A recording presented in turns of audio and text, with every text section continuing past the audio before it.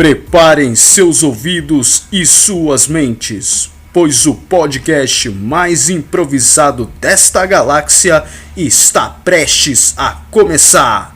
Sejam bem-vindos para mais um episódio do Pod Meu Nerd!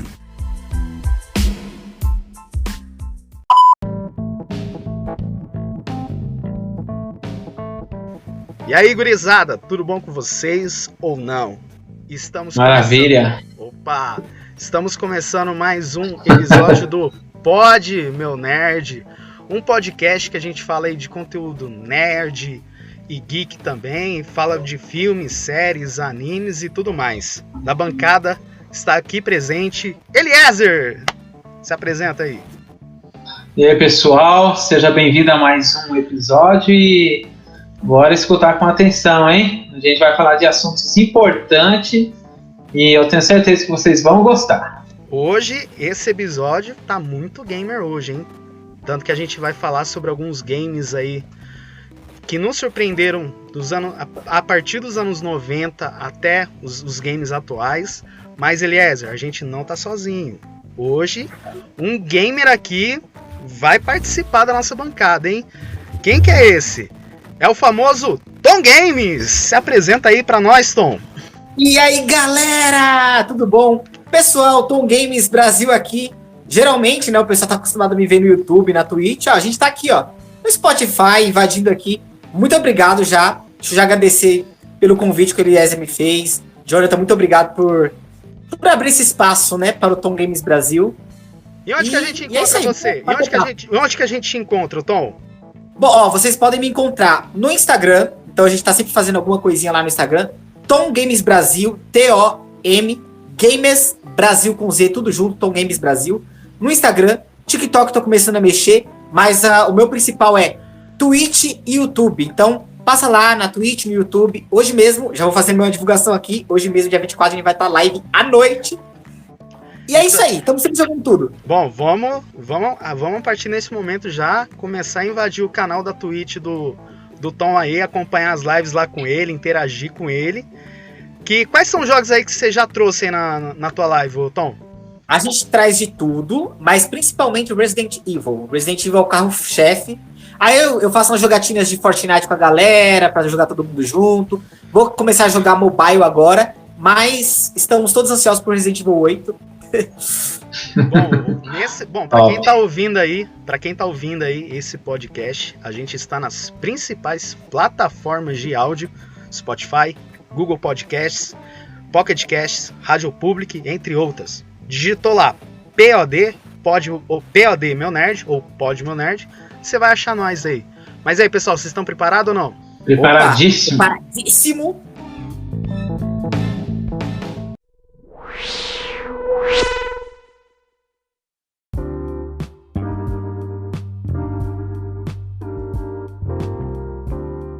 Pra gente começar esse assunto, eu e Eliezer, antes de gravar esse episódio, eu e ele, a gente falou como que os games eram tratados antigamente. Pra quem tá aí no universo aí, no mundo das cavernas, e tá só jogando esses jogos atuais, mas antes o game era tratado como se fosse tipo um programa separado, não tinha hoje que a gente tem hoje de engines, essas coisas assim. Mas com o tempo aí, os games foram evoluindo as suas tecnologias, eu passo a palavra pro Eliezer agora. Assim, tudo iniciou, né, lá por volta daqueles 1950 e pouco lá, quando os caras lá do exército estavam testando lá, que eles jogam através de... Como que eu falo? É como se fosse aquelas negócios de marinheiro lá que eles ficavam... né? Um código Morse, né? Isso. Então eles começaram a utilizar aquilo lá como se fosse uma forma, né, de jogo, e foi evoluindo. Os anos 80 chegou, aí veio lá os videogames lá como Atari e assim por diante. E depois chega aonde a gente quer chegar, nos videogames que começou a impressionar o público, né? Começou a evoluir, não sendo mais de um público muito seleto, né, um público infantil e assim por diante, e começou a abrir mais espaço, né, para outras pessoas poderem jogar, né? E a gente vai começar logo a nossa listinha, Sim. beleza? Sim, o qual a gente já comentou, né? Qual eu comentei que antes o game era tratado de uma forma separada, era um programa único, mas aí conforme as developers foram vendo, elas foram olhando assim e falaram assim, cara, e se a gente criar uma base de criação? E aí foram surgindo as famosas engines, né? Para quem não conhece, as engines é uma tecnologia através de um software que já tem textura pronta, som pronto e tudo mais, em que você pode interligar através de componentes diferentes, áudio, vídeo, animações, e que a engine, ela que dá a vida aos jogos que a gente joga hoje. Certo, Tom? Tô correto? Certinho, tá correto. E uma coisa interessante que vocês comentaram aí, é como mudou a mentalidade, exatamente, né? Se você for pegar que tudo começou lá atrás, com uns caras específicos tentando fazer uma outra coisa e acabou saindo um joguinho, e até chegando hoje, né? Porque assim como os quadrinhos, assim como o próprio podcast que vocês fizeram da Liga da Justiça, que eu vi que vocês falam um pouco sobre isso também, a questão de como essa coisa do nerd veio mudando, né? Porque os videogames também eles passaram por isso. Bem lá no início ele era uma coisa separada, depois ele virou uma coisa de criança, e hoje já é uma coisa que é uma oitava arte, né? Já é considerado por alguns uma arte, né? Então acho que isso é bem interessante a gente passar por por essa análise também, de como ele foi mudando com as décadas foram passando, né? Eu acho isso muito interessante. Sim, a gente vai abordar aqui alguns games que para nós nos surpreenderam, assim, em relação a como a sua tecnologia foi usando, como foi a sua tecnologia foi, assim, revolucionando em alguns aspectos gráficos e o porquê disso aquilo existir, como que isso revolucionou mais para frente, e que a gente vai abordar em alguns jogos que a gente vai citar jogos que a gente jogou e também por experiência de como gamer, né? Sim. Mas vamos pra nossa lista aí, pessoal. Vamos ou não? Bora! Simbora, Tom? Bora. Quero ver. Eu quero ser a formiguinha do mal aqui, né? Nossa. Dessa listinha. Vamos ver. Rapaz, formiguinha do mal, hein? Desculpa aí. Mas enfim. Vamos ver. Vamos aí.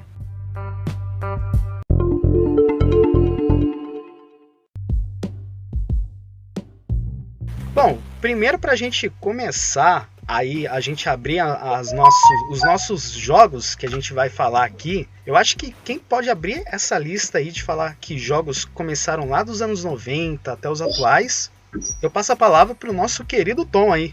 Fala aí, Tom.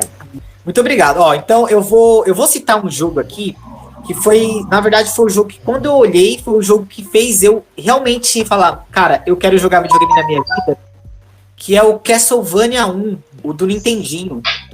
Aquele jogo, a primeira vez que eu peguei, porque assim, você tinha jogos que tinham uma ambientação meio de terror na época, só que quando você pegava aquele jogo, que você era totalmente potente, que você enfrentava uma medusa, no final você enfrentava o próprio Drácula, aquela caminhada lá, por mais que hoje qualquer um que assista acha, nossa, isso aqui não dá medo a ninguém, na época era assustador demais, você falar, cara, eu vou entrar no castelo do Drácula. A primeira cena onde você vai entrar ainda para entrar no jogo, no start, é o Simon indo, né, e parando exatamente em frente do castelo.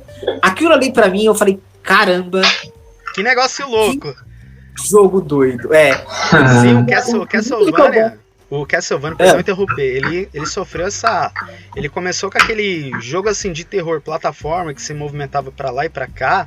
Ele começou com um jogo que a gente só jogava com um cara, é que antes os jogos não via como uma história, era só uma história meio rasa, entre herói e vilão, e o Castlevania, você invadia um castelo, certo, mas você vinha vários inimigos querendo te assustar e muitas vezes você desesperava pra jogar pra matar os inimigos. Então, aí quando você chegava no Drácula, cara, era um perrengue pra matar, velho. E o que eu achava interessante é que as fases, cada uma delas contava uma história. Então, cada pedacinho de fase, cada fase que você ia, você se sentia ambientado. Quando você ia pegar a medusa, você sentia que você estava chegando nela. Eu acho que isso era bem incrível, porque antigamente, até como a gente começou a conversar ali, não tinha muito. Você não tinha nem memória dentro de um jogo para colocar. Então, a história muitas vezes era, cara, é isso aí, tenta imaginar que isso aqui é um cara correndo. Mas quando eu vi o Castlevania, você sentia essa história contada nas fases.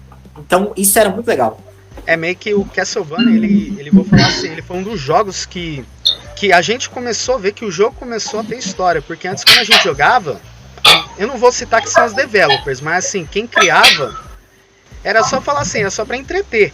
Mas aí quando começou a vir esses modos de histórias, foi onde que a gente começou a duvidar se aquilo era mesmo que o jogo acontecia. Só que isso ficava mais evidente nas suas sequências, que tudo estava começando a criar uma ramificação de história. Isso é correto. Bom, mas agora, passando a palavra agora, vamos pro Eliezer. Fala aí, Eliezer. Qual o jogo aí desse ano 90 aí? Qual o jogo desse ano aí, 90 aí, que você começou a jogar e que você teve uma experiência muito foda aí? Então, cara, quando eu comecei a jogar videogame, já era nos anos 90, né? Era nos fliperamas. Eu era bem novinho, né? E eu vivia lá num barzinho lá, o pessoal tomando cerveja e a gente criança secando as pessoas para deixar a gente jogar de graça, né? Que é sem dinheiro, pobre e tal. Brasileiro da vida. Brasileirão lá, né? E era por esses meados de 1991, 92, por aí. E o jogo que me marcou, logicamente, foi o Street Fighter 2, né? Então, eu ficava vendo aquilo, ficava querendo, né, participar. Eu via, quando eu tentava garantir que eu ia ganhar do vilão lá do jogo, e eu perdia, eu levava até cascudo no cabeça, né?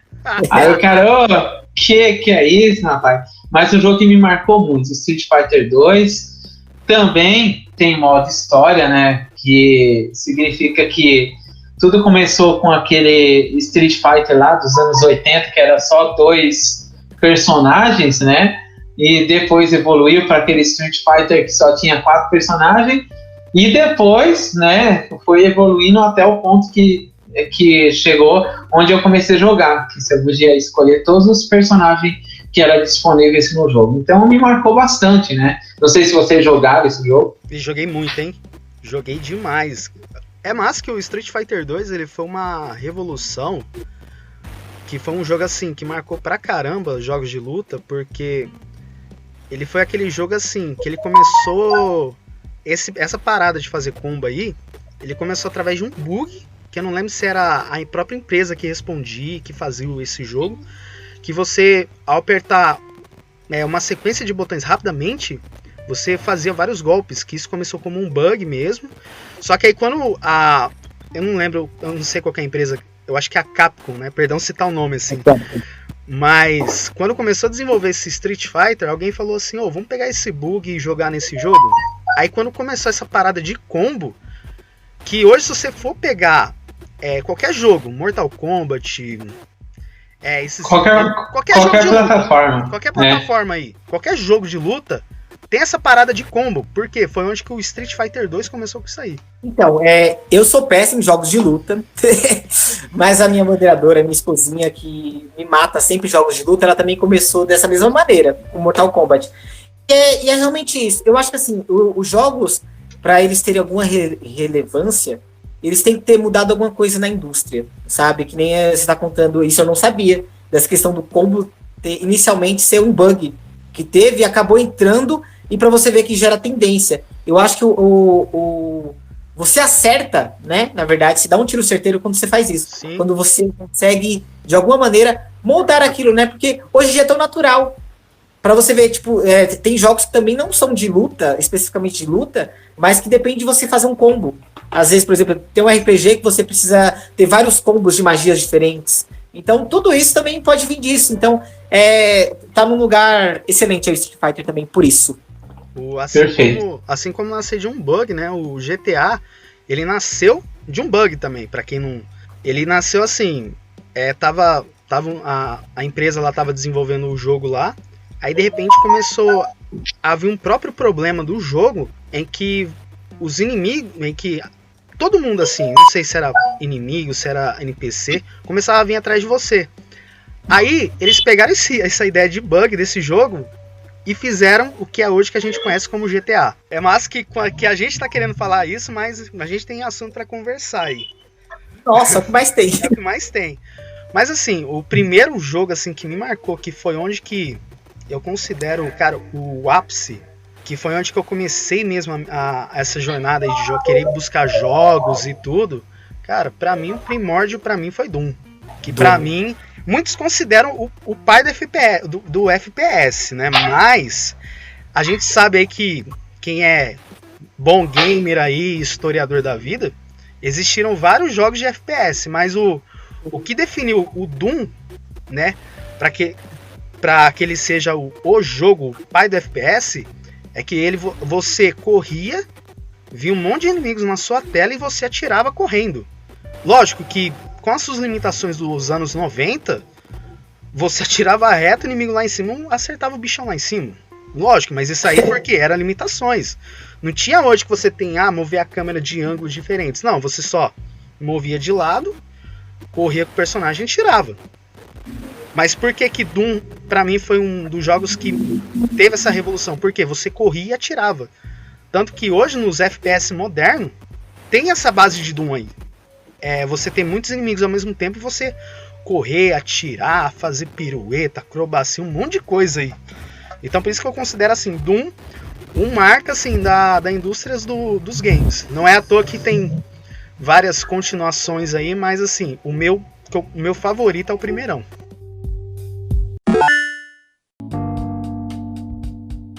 Sobre os videogames, né? Vocês... quais são os videogames dos anos 90 que vocês mais gostaram, assim? Pode roubar, pode falar mais de um. Pode fazer até uma listinha. Faz uma lista aí. Top 3 por aí. Então vamos fazer meu top 3 da infância, então. Meu top 3 da infância. Olha que o primeiro lugar vai ser polêmico, hein? Ó, em terceiro lugar eu colocaria o Mega Drive, porque por mais que eu não tive o Mega Drive, mas o meu amigo, a primeira vez que eu vi um videogame na minha vida foi justamente o Mega Drive, jogando Dragon Ball Z no Mega Drive da casa dele. E quando eu vi aquela coisa, eu falei, meu Deus do céu, o que é isso? Só que infelizmente eu nunca pude ter. Aí, quando eu era um pouco mais velha, minha mãe me deu... esse já seria o meu segundo videogame, tá? Mas ele é o número 2 da lista. Eu ganhei um Nintendo 64, que a minha mãe ela sempre gostou de a gente estar em casa jogando videogame e tal. E eu ganhei o Nintendo 64 e eu joguei o 007 contra GoldenEye. Nossa, esse é clássico, velho. Com certeza. Rapaz, esse jogo é clássico, mano. Esse jogo é clássico, velho. Joguei muito, velho. Joguei muito, velho. Eu também. Era muito bom. E assim, o Nintendo 64 foi o primeiro videogame que eu vi na minha vida, o Resident Evil 2. Então eu comecei pelo Resident Evil 2, justamente no Nintendo 64. Até hoje eu não sei que magia a Nintendo fez pra aquele jogo inteiro caber na fita. Não sei, mas eles fizeram. E o meu número 1, o que é o meu xodó, é o Polystation. Foi o primeiro videogame que eu ganhei na minha vida. A primeira vez, tipo, minha mãe falou, toma. Era o que ela podia me dar. E foi um Polystation. E assim, eu tenho uma sensação muito diferente do que todo mundo. Porque pra mim foi o meu primeiro videogame. Eu fiquei tão feliz, sabe? Porque eu não sabia o que era videogame. Eu abri a tampinha lá, beleza, não tem CD, tem uma fita, vamos colocar aqui. E foi a primeira vez que eu joguei o Castlevania. Ô Tom, posso fazer uma pergunta? Passa. Eu sei que o Polystation é aquele que você jogava os Nintendinhos aí, só que no formato de PlayStation, né? Que é aquele... Exato. Que é aquele PlayStation que você comprava 50 conto no mercado aí. Até hoje é esse valor. Até hoje é esse valor, mas... Eu sei que a gente jogava Nintendinho, mas Ô Tom, você já jogou o jogo mais foda, difícil, hard, o Contra? Claro. Meu filho, filho da mãe. Eu jogo Sekiro e Dark Souls por causa do Contra. O Contra, ele bate na sua cara 4 vezes, você coloca 40 vidas lá, não adianta, você vai morrer. Elias, o Contra é o seguinte, velho. O Contra, ele é um jogo que ele é um jogo pra traumatizar a sua vida. Por quê? É o seguinte, além de você ter vários inimigos tudo ao mesmo tempo, assim, tal, você atira. Se você toma um tiro, você morre. E além de você morrer, você volta desde o início. Não tem essa de, checkpoint e blá blá blá, vida, não. Você atira e... que foi outro jogo. O Nintendinho causou alguns traumas na minha infância e eu fui solucionar esses traumas agora em 2012, 2013 por aí, que foi com os emuladores, né? Os emuladores salvaram nossas vidas. Você dava aqueles save games lá, então você voltava de onde você salvava, né? Então antes de você morrer, você voltava naquele ponto lá e dava continuidade. Cara, uma vez eu joguei Contra, velho. Rapaz. Contra era da hora mesmo. Mano, uma vez eu joguei Contra. Eu lembro que eu tava jogando assim, no videogame, assim, foi no Polystation que eu tinha, só que eu joguei fora. Joguei fora. Mas, cara, eu quase quebrei o controle, mano. Morria tantas vezes, cara. Falei, aí eu joguei no chão. Falei, eu quase quebrei. Mas foi quase, mas o bicho, ele resistiu. Ainda bem, né? Ainda bem. Pode falar. E você, Jonathan, seus videogames preferidos, os jogos dos videogames preferidos? Rapaz, o meu primeiro é o Play 1. Meu primeiro, assim, porque foi o jogo que eu... Foi o console, que é o modo científico falar, mas todo mundo fala videogame. Mas não, muitos falam console, mas eu falo videogame. A gente é raiz. Raiz é assim. É raiz não. Mas assim, o primeiro meu é o PlayStation, que foi onde, que eu comprava vários CDs assim para jogar uma sequência de outro, para fazer campeonato aqui em casa, mesmo de videogame entre amigos e tudo. O segundo pra mim foi o Mega Drive. Nunca tinha um Super Nintendo, nem Nintendo, essas coisas assim. Mas o Mega Drive, assim, o mais nostálgico mesmo foi o Mega Drive. Principalmente os jogos Golden Axe e o Streets of Rage. Que são dois jogos, assim, sensacionais, velho. Eu super recomendo. Não, são bons mesmo. Não é aquele Golden Axe de Play 3, esses atuais, não. Porque horrível. É horrível. Jogo de Mega Drive que você vai, é diversão na certa. Além do mais de você jogar, se divertir, você vai passar raiva. Top! Ótimo jogo, ó. Cara, você faz três coisas ao mesmo tempo. Você faz 3 coisas ao mesmo tempo. Se diverte, passa horas e passa raiva. E perrengue junto. A Sega e a Nintendo, cara, elas sempre foram empresas assim que sempre foram de lado a lado, né? Concorrentes, vamos investir aqui, a outra vamos investir ali, e assim foram criando, né, essas diversões pra gente que era criança na época, né? E eu falo, se a gente era criança nos anos 90 é porque a gente é velho, hein? Cara, a gente é velho, mano. Se a gente falar assim... Acima de 30 já tem. Falando a verdade, cara, o PlayStation que eu tive, eu sei que muitos pegaram aquele tempo lá do PlayStation Slim e tal, mas eu não. Eu peguei o tijolão, mano. Cachotão. Aquele lá que era mais da hora. Tipo assim, o Slim, você aperta o abridor assim, a bandeira, já sai assim, né?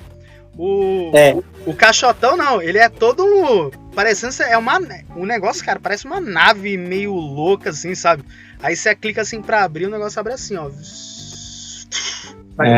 Parecendo que você tá assim num filme de ficção científica, faz até o barulhinho, falta fazer aquele barulho, falta ele fazer aquele barulhinho do... A nave entrando. Então, a nave chegando assim.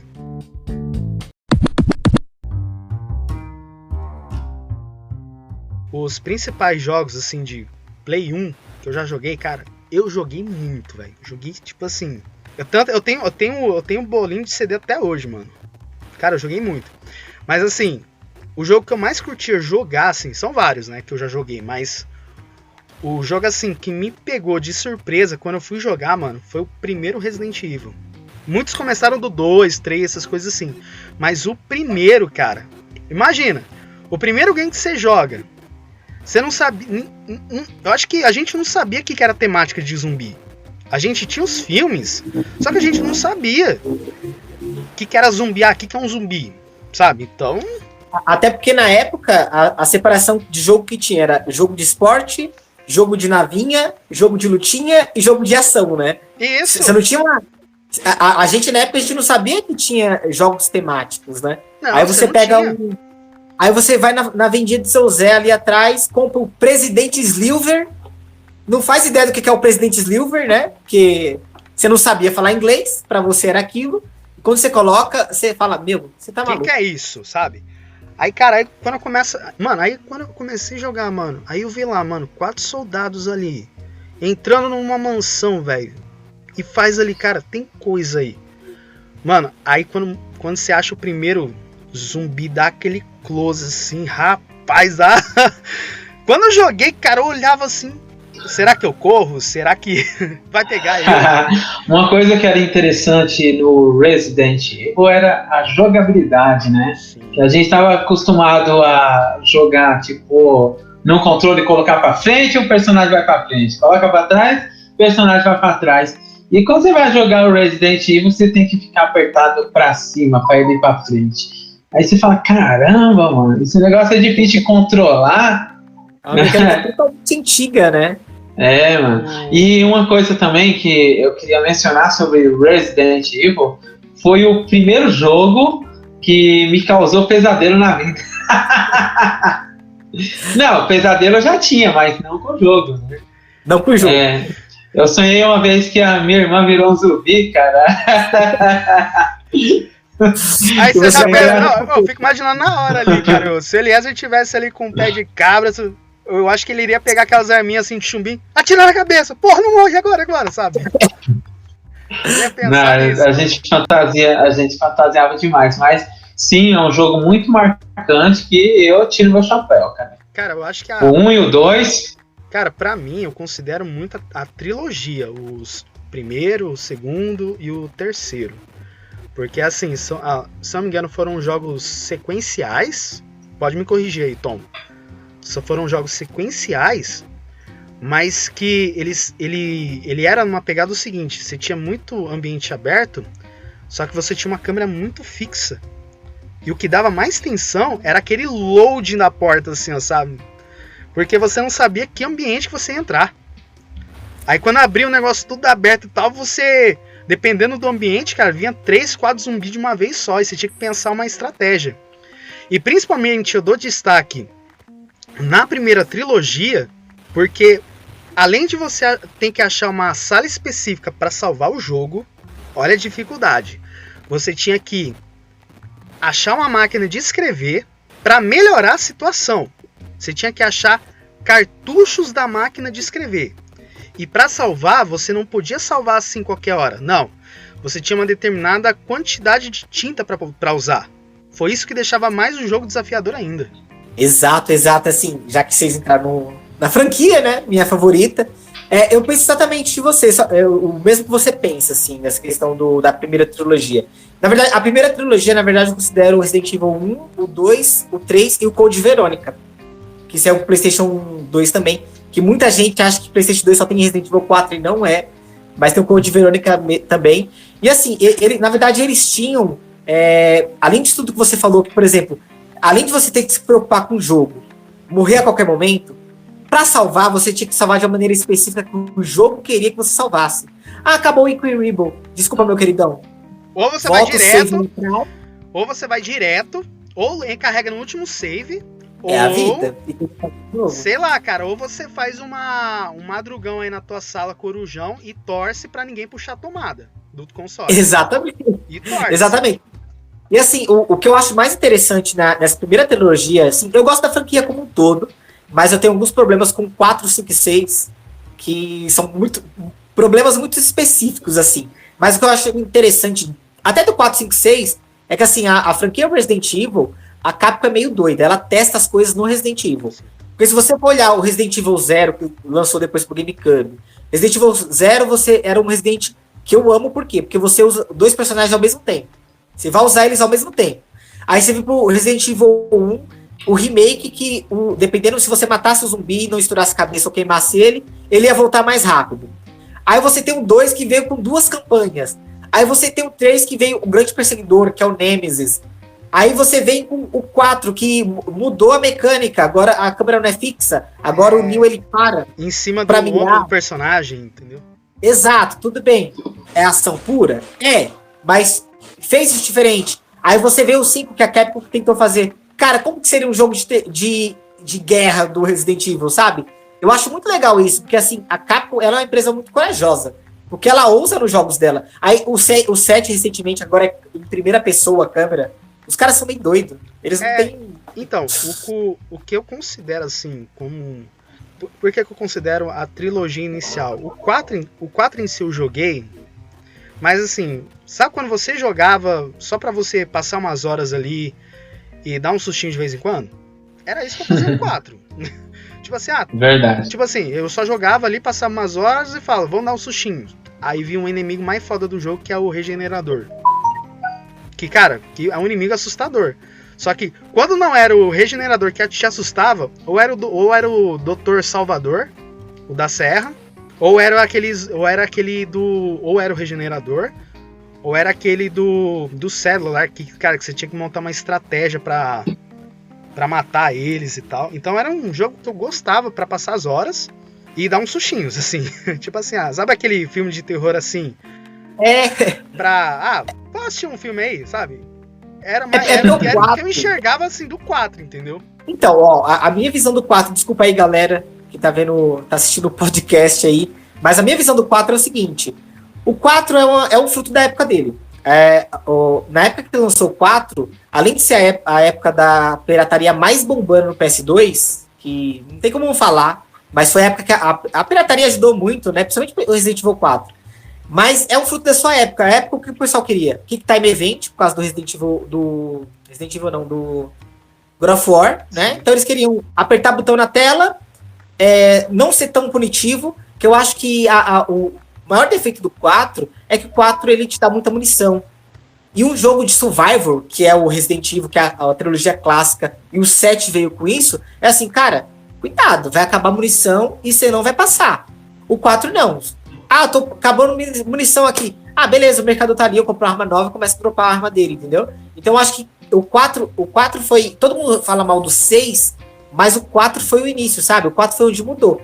Mas, olhando assim, foi necessário, sabe? É o fruto da época dele. Seria tipo uma mudança assim, que é aquela coisa, né? Quando chegou o 4, o pessoal, eles estavam querendo ter aqueles games assim, em que você era divertido passar umas horas, mas também passar uns perrengues de vez em quando. Eu acho que o 4, ele deu ele pegou tudo que os fãs queriam, eles queriam fazer esse emaranhado aí, de passar horas, passar uns perrengues e falar assim, e dar uma se divertida com a ação que o game traz. Eu acho que o 4 ele pegou tudo e linkou tudo isso aí, trouxe e fez sucesso até hoje. Se pá até faz, né? Ótimo. Então, se pá até faz. Tanto você vê aí mods realistas, você vê um monte de mod de roupa aí, você vê, tem mod adoidado aí de Resident Evil 4. Fora que o Resident Evil 4 foi o que popularizou a câmera atrás do ombro, né? Sim. Então, Tanto que se for pegar aí vários... Eu não sei se eu vou pegar o The Last of Us aí, mas, cara, o The Last of Us, mano, você vai olhar assim pra mim e falei, mano, jogabilidade é Resident Evil 4 aí. Até por muitas vezes esse novo God of War, ele pegou essa mecânica aí, que foi tudo que o Resident Evil 4 vem gerando, entendeu? É aquela coisa, não é meu preferido, eu tenho muitos problemas com ele, mas é que a gente falou antes, é um jogo que mudou, ele fez uma revolução. Sim, ele fez uma revolução, cara, principalmente a jogabilidade e o que fez da gente, que as empresas hoje, eu não vou citar empresas, mas sim que os criadores, né, você tá assim, vamos arriscar? Vamos ver o que sai, vamos. E assim foi. Fora que, pra quem jogou na época, não sei vocês, a visão que vocês tiveram, mas quando eu vi a primeira vez, eu falei, cara, o videogame chegou no ápice. Sim. Isso é realismo. Isso Sim. é um cara bem modelado. Hoje é meio tosco. Cara, é que o Resident Evil... E a gente sempre tem essa, né, de achar que eles estão no ápice. Até hoje, a nossa mentalidade não consegue ver tanta para onde vai evoluir, né? A gente Exato. olha assim, gráficos perfeitos, sons perfeitos, texturas perfeitas, e daqui a pouco vai chegar num tempo, né, que vai ser o tempo de você ser o videogame, né, que, digamos assim, o cenário vai se formar e você que vai controlar as coisas, porque Vai o negócio tá evoluindo, cara, Cara, de tal forma. Cara, as coisas estão evoluindo assim de uma tal maneira. Eu acho que eu vou até estender isso aí um pouquinho, esse tópico aí, mas, cara, você tem até tecnologia, cara, que você escolhe uma língua. Eu não lembro que jogo que é, se é o Cyberpunk ou se é algum outro aí. Que vão lá, você escolhe o idioma que você quer jogar, que o jogo tenha, personagens, história, e a próprio game faz o movimento labial do idioma. Eu não lembro que jogo que era. É o Cyberpunk mesmo. Cara, isso olha, mesmo. Cara, eu olhei assim e falei, rapaz, a tecnologia tá evoluindo. Mas, pessoal, vamos voltar lá pra... Eu vou voltar pros anos 90. Vamos voltar pros anos 90, porque já tá se estendendo demais. Mas, ó, eu acho que um outro jogo que eu posso considerar, cara, que começou essa fase da gente achar realismo, eu acho que alguns de vocês aí devem ter jogado isso aí. Os primeiros Tomb Raiders. Que a gente olhava assim, rapaz, esses polígonos reais aí, sabe? Da Lara Croft, mano. Cara, eu curtia... Cara, o que eu curtia de Tomb Raider, mano, era o seguinte. O personagem andava e a câmera andava junto. Coisa assim que eu não via em muitos jogos, sabe? Você tinha os jogos ali de FPS, certo? Quando você não tinha os jogos de FPS como Medalha de Honra e entre outros aí, você tinha jogos assim, com uma câmera fixa ou por muitas vezes aquele 2D, tipo andando, sabe? O Tomb Raider, além de a gente causar essa impressão, nossa, que polígonos realistas da Lara Croft, você tinha esse negócio da câmera andar junto com o personagem. Eu acho que foi onde que, até por muitas vezes quando a Lara assim pulava, né, pra atravessar obstáculos, a câmera ia junto, sabe? Era uma dificuldade pra jogar? Era, mas era da hora. Não, a Lara Croft é lenda, né, filho? Lenda do PlayStation 1, principalmente, né? Que Sim. foi o que lançou esse personagem, se eu não me engano. Me corrija aí, então. Mas foi nessa época. Foi muito bom, cara. Eu jogava Lara Croft, nunca consegui fazer final no jogo. Porque assim, gente, eu vou falar uma coisa pra vocês. Meu ponto fraco é games que dificultam a vida do peão. Eu gosto de aquele game que vai direto no ponto, se dá um revólver já tem que matar e já vai passando de fase. Por isso que eu era fã do GoldenEye, porque você pegava a arma já no 007 lá e ia passando de fase e tal. Eu pegava jogos de luta, jogos de aventura, mas quando chegava nesses jogos assim, dessa modalidade, que tem que ir lá no final do jogo pegar uma chave e voltar lá no início do jogo e depois voltar no final. Ai, eu falei, não! Complicado, mas é meu ponto fraco. Mas eu não deixo de admitir que é um jogão, hein? Cara, o GoldenEye, eu gostava dele, porque o GoldenEye ele era o seguinte, além de você ter uma câmera já tudo direcionado, velho, o que dificultava muito quando você ia jogar no 64, hoje nos consoles atuais você tem dois analógicos, né? Em que um você movimenta, o seu personagem vai pra frente, vai pra trás, movimentar de lado, e no outro analógico você direciona a câmera. Qual que era a dificuldade de jogar o GoldenEye? Porque se você, um exemplo, tá aqui o controle do 64, aquele único analógico. Se você gira ele em determinados graus, o seu personagem automaticamente já vira e o negócio vai andando junto, sabe? Você não sabe se... E aí, eu vou falar assim que você tinha que fazer tipo um perrengue, sabe? Você tinha que dosar o que você... Era numa mão, você tinha que controlar as setas, e na outra você tinha que dosar bem onde você tinha que girar o analógico. Por isso que muitos consideram que o GoldenEye envelheceu mal, por causa disso. Então, ele envelheceu mal, eu também considero que ele envelheceu mal, mas ele ainda assim é o pai dos FPS nos consoles, né? Foi o jogo que falou, dá pra fazer FPS no console. E assim, envelheceu mal também por causa... eu vejo muita gente falando mal do controle do Nintendo 64, mas a gente tem que entender que foi o primeiro analógico criado, né? Sim. Então a Nintendo tem isso ainda. Ela criou o analógico, tanto é que as primeiras versões do PlayStation 1, eles não tinham analógico. Não. Aí depois que os caras viram... Caramba, vocês viram o cara jogando Mario ali, controlando tudo no dedinho? Aí eles foram e adaptaram todos os jogos. Até que tinha alguns jogos, né, que ele já vinha escrito, né, adaptado para o DualSense. Sim, DualSense, mano. Era DualSense, né? Eu acho que foi a partir daí, cara, que começaram a lançar aquelas tecnologias específicas, né, para cada console. Tanto que se você procurar, eu acho que tem imagens a rodo, que tipo, tem empresas assim, vamos lançar um controle específico para jogar tal jogo. Aí você tinha lá uma mão que era pra você jogar um jogo de carro, de porrada. É muita coisa. É muita coisa, cara. A Nintendo, né, eu acho que, tipo, esse nosso papo que a gente tá tendo aqui, somente dos jogos dos anos 90, a Nintendo tem muito dedo nisso, né, porque o Eliezer, ele falou no início, né, da questão da Nintendo e a SEGA sempre andar junto. Sim. E se não fosse a Nintendo e a SEGA, a Microsoft e a Sony não teriam existido, né? Não teria, cara. Não teria. Exatamente. Não teria. Porque o Super Nintendo estava sendo trabalhado junto com a Sony, né? Então, tipo, eles iam fazer um Super Nintendo. Ia ser o Nintendo PlayStation, né? Então, tipo... Então, se a gente voltar a Nintendo e a SEGA, se não fossem eles, a gente acho que não chegava aqui, tinha parado, acabou.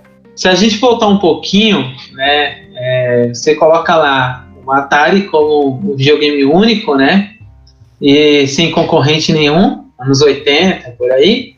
Aí depois começa a briga, né, aí você pega lá, Master System versus Nintendinho. Aí começa lá, Nintendinho evolui um pouco, né, porque os bits lá da Nintendinho lá e a memória deles, não sei explicar essa parte de tecnologia, mas a Nintendo tinha um pouco mais de tecnologia que o Master System, aí do Master System evoluiu com o Mega Drive. Aí você fala, caramba, mano, que da hora.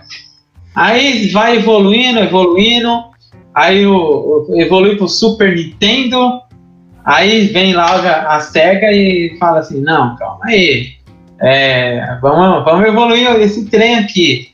Enfim, aí vai evoluindo até chegar ao que é hoje, mas elas começaram essa briga e eu vi a Nintendo chegar no seu ápice, mas eu também vi a Nintendo fazer que naquela montanha russa, que todas as empresas começaram a evoluir e a Nintendo começou a cair, né? Que foi quando a Nintendo quis manter as fitas, né?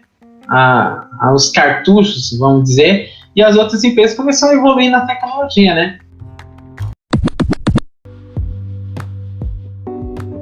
Tom, acho que nesse modo aí, quando começaram a vir aqueles jogos tudo 3D e tudo, eu acho que um jogo que eu posso considerar, cara, que bateu de frente com os outros consoles, que na minha opinião, tá, não sou o dono da verdade, mas quando começaram a vir a franquia Donkey Kong, mano, você olha assim, mano, um Super Nintendo, vim jogos, você olhava assim, mano, era um 3D perfeito, mano. Verdade. Aí quando eu fui pesquisar bastante, foi um jogo que vendeu muito assim, em voltar aquele auge do console. Mas assim, quando eu fui ver assim, eu sou meio... Eu gosto de pesquisar as coisas, sabe? Como que é feito, o porquê daquilo. Cara, ele foi feito de um jeito, cara, foi tudo feito assim, tipo, uma imagem sobrepondo a outra, sabe? E tudo trabalhando em interação, mano. Então, acho que foi uma tecnologia assim, que a tecnologia de 3D, a empresa não soube usar, né, os jogos 3D, poligonais, mas eu falo que foi onde que ela driblou esse nicho aí dos consoles 3D, e que eu acho que foi um pontapé para criar o seu console 3D, que é o que a gente vê hoje como o Nintendo 64. Não sei se é isso. O Nintendo, se eu não me engano, era 16-bit, é isso mesmo? Era 16, porque o PlayStation já era 32 bits. Então a Nintendo era metade, né? Então, Acontece que isso que você tá falando, Jonathan, é o mais impressionante no Super Nintendo. Porque assim, a Super Nintendo era famoso porque tinha o Mario World, né? O Mario World foi praticamente um dos jogos mais vendidos do mundo, né? Todo mundo conhece Mario. Talvez não dessa geração, eu acho que conhece, mas não tanto quanto o pessoal dos anos 90. Foi o jogo praticamente que fez o mercado florescer na Nintendo, né? E assim por diante. Só que depois, cara, que veio o Donkey Kong, que é jogo de modelo plataforma, e com um gráfico meio que parecido com 3D, e sendo que os bits eram limitados, mano, você vê os caras, eles investiam em música, né? Que a música do Donkey Kong, praticamente, eu escuto até hoje, né? Donkey Kong chegou, revolucionou o mercado da Nintendo. Os concorrentes não conseguiram fazer isso. Não. E outra, a Hardware, que foi a empresa responsável pela Donkey Kong ter florescido, também lançou um jogo que é do meu estilo, né? Eu sou de jogo de lutinha, né? Lutinha comigo mesmo. Que é o Killer Instinct, né? Killer Instinct. E o Killer Instinct praticamente é a mesma mecânica do Donkey Kong. A diferença é que é para jogo de luta. Aí eu vejo, como que esse cara vai fazer um 3D em um jogo de luta, porque os personagens têm mais movimento. Aí me impressionou, cara. A Nintendo conseguiu me impressionar com esses dois jogos, Donkey Kong e Killer Instinct. Entra naquele jeito lá que eu falei, né?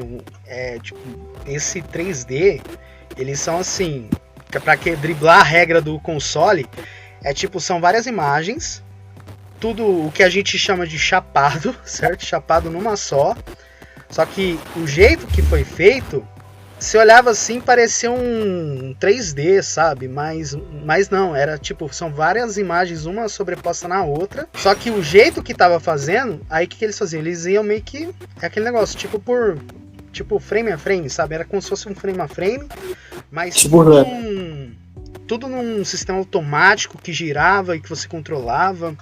Então eu acho que foi assim, foi onde que foi feito um jogo 3D, só que não foi um 3D. Exato, era um falso 3D, na verdade. Era um falso 3D, isso.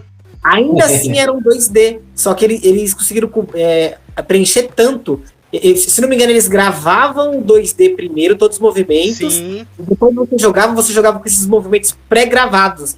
Então, tipo, era uma imagem 3D rolando, chapada na tela. A hardware era muito top. Tanto é que o Eliezer falou do Killer Instinct, quando eu falo da Rare, eu só consigo lembrar do Banjo-Kazooie. Na época, né, a hardware era da Nintendo.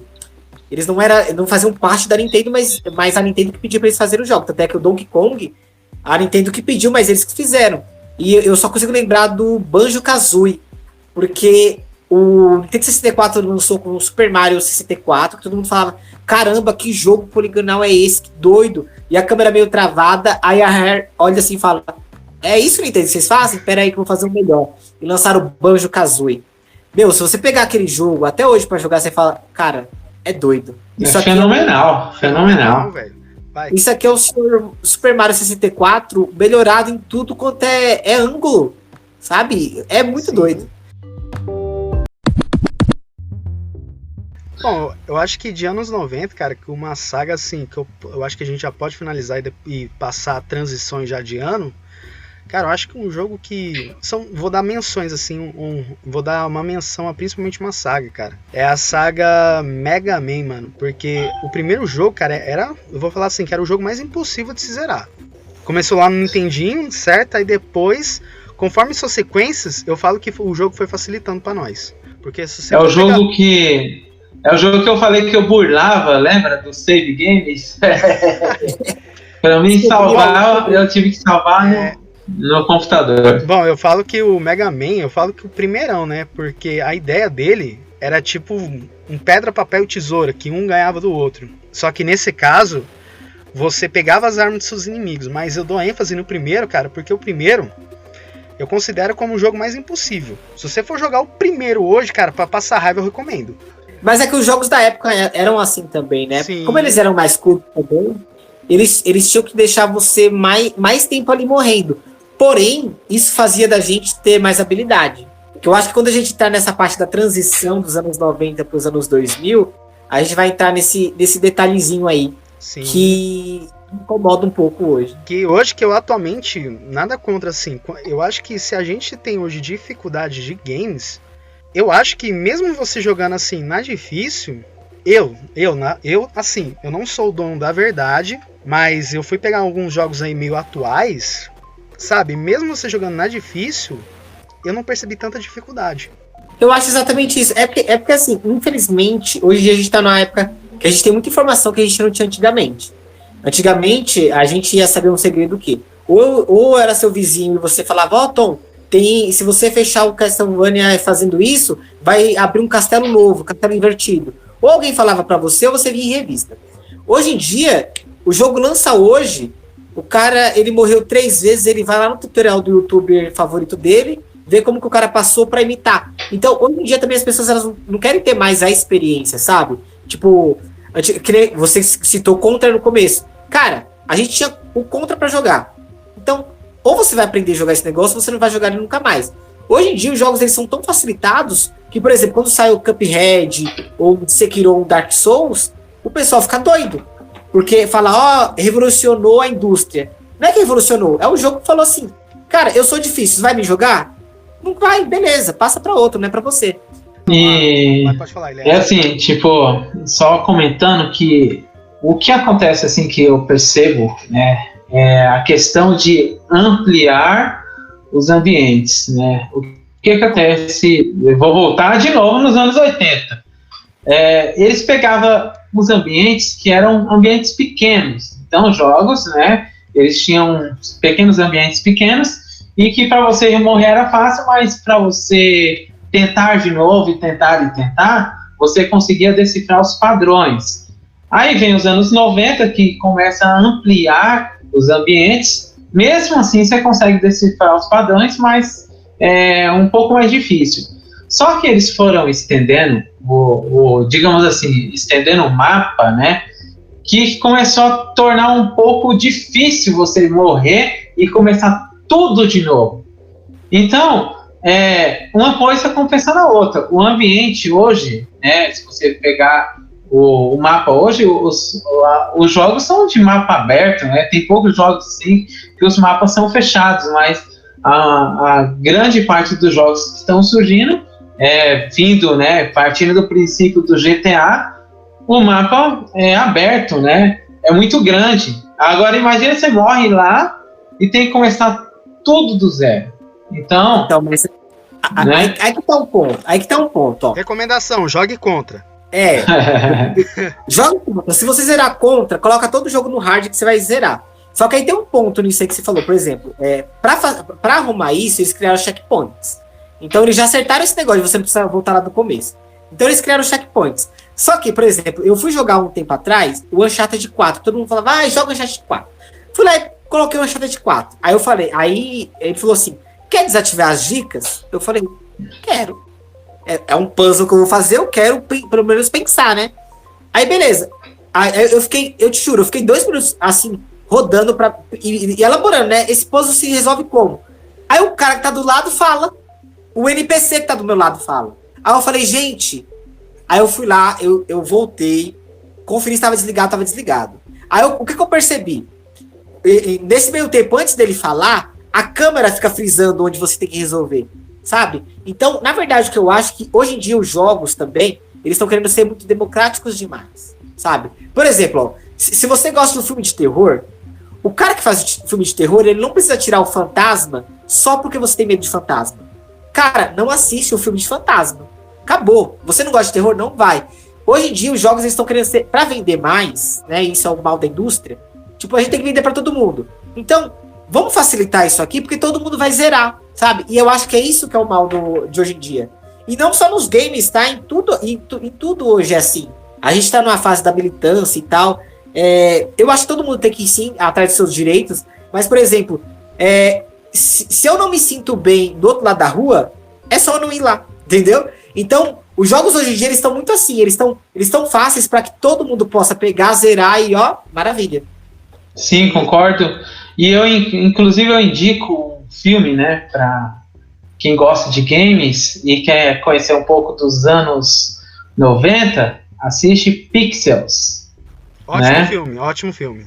Pixels lá conta a história, não a história, né, mas comenta sobre os principais jogos dos anos 90, que os que mais fizeram sucesso, né? Inclusive o Pac-Man é do mal lá. Spoiler, tá? Mas é o único spoiler que eu Detona Ralph, pra quem quer referência, Detona Ralph. O Wi-Fi Ralph.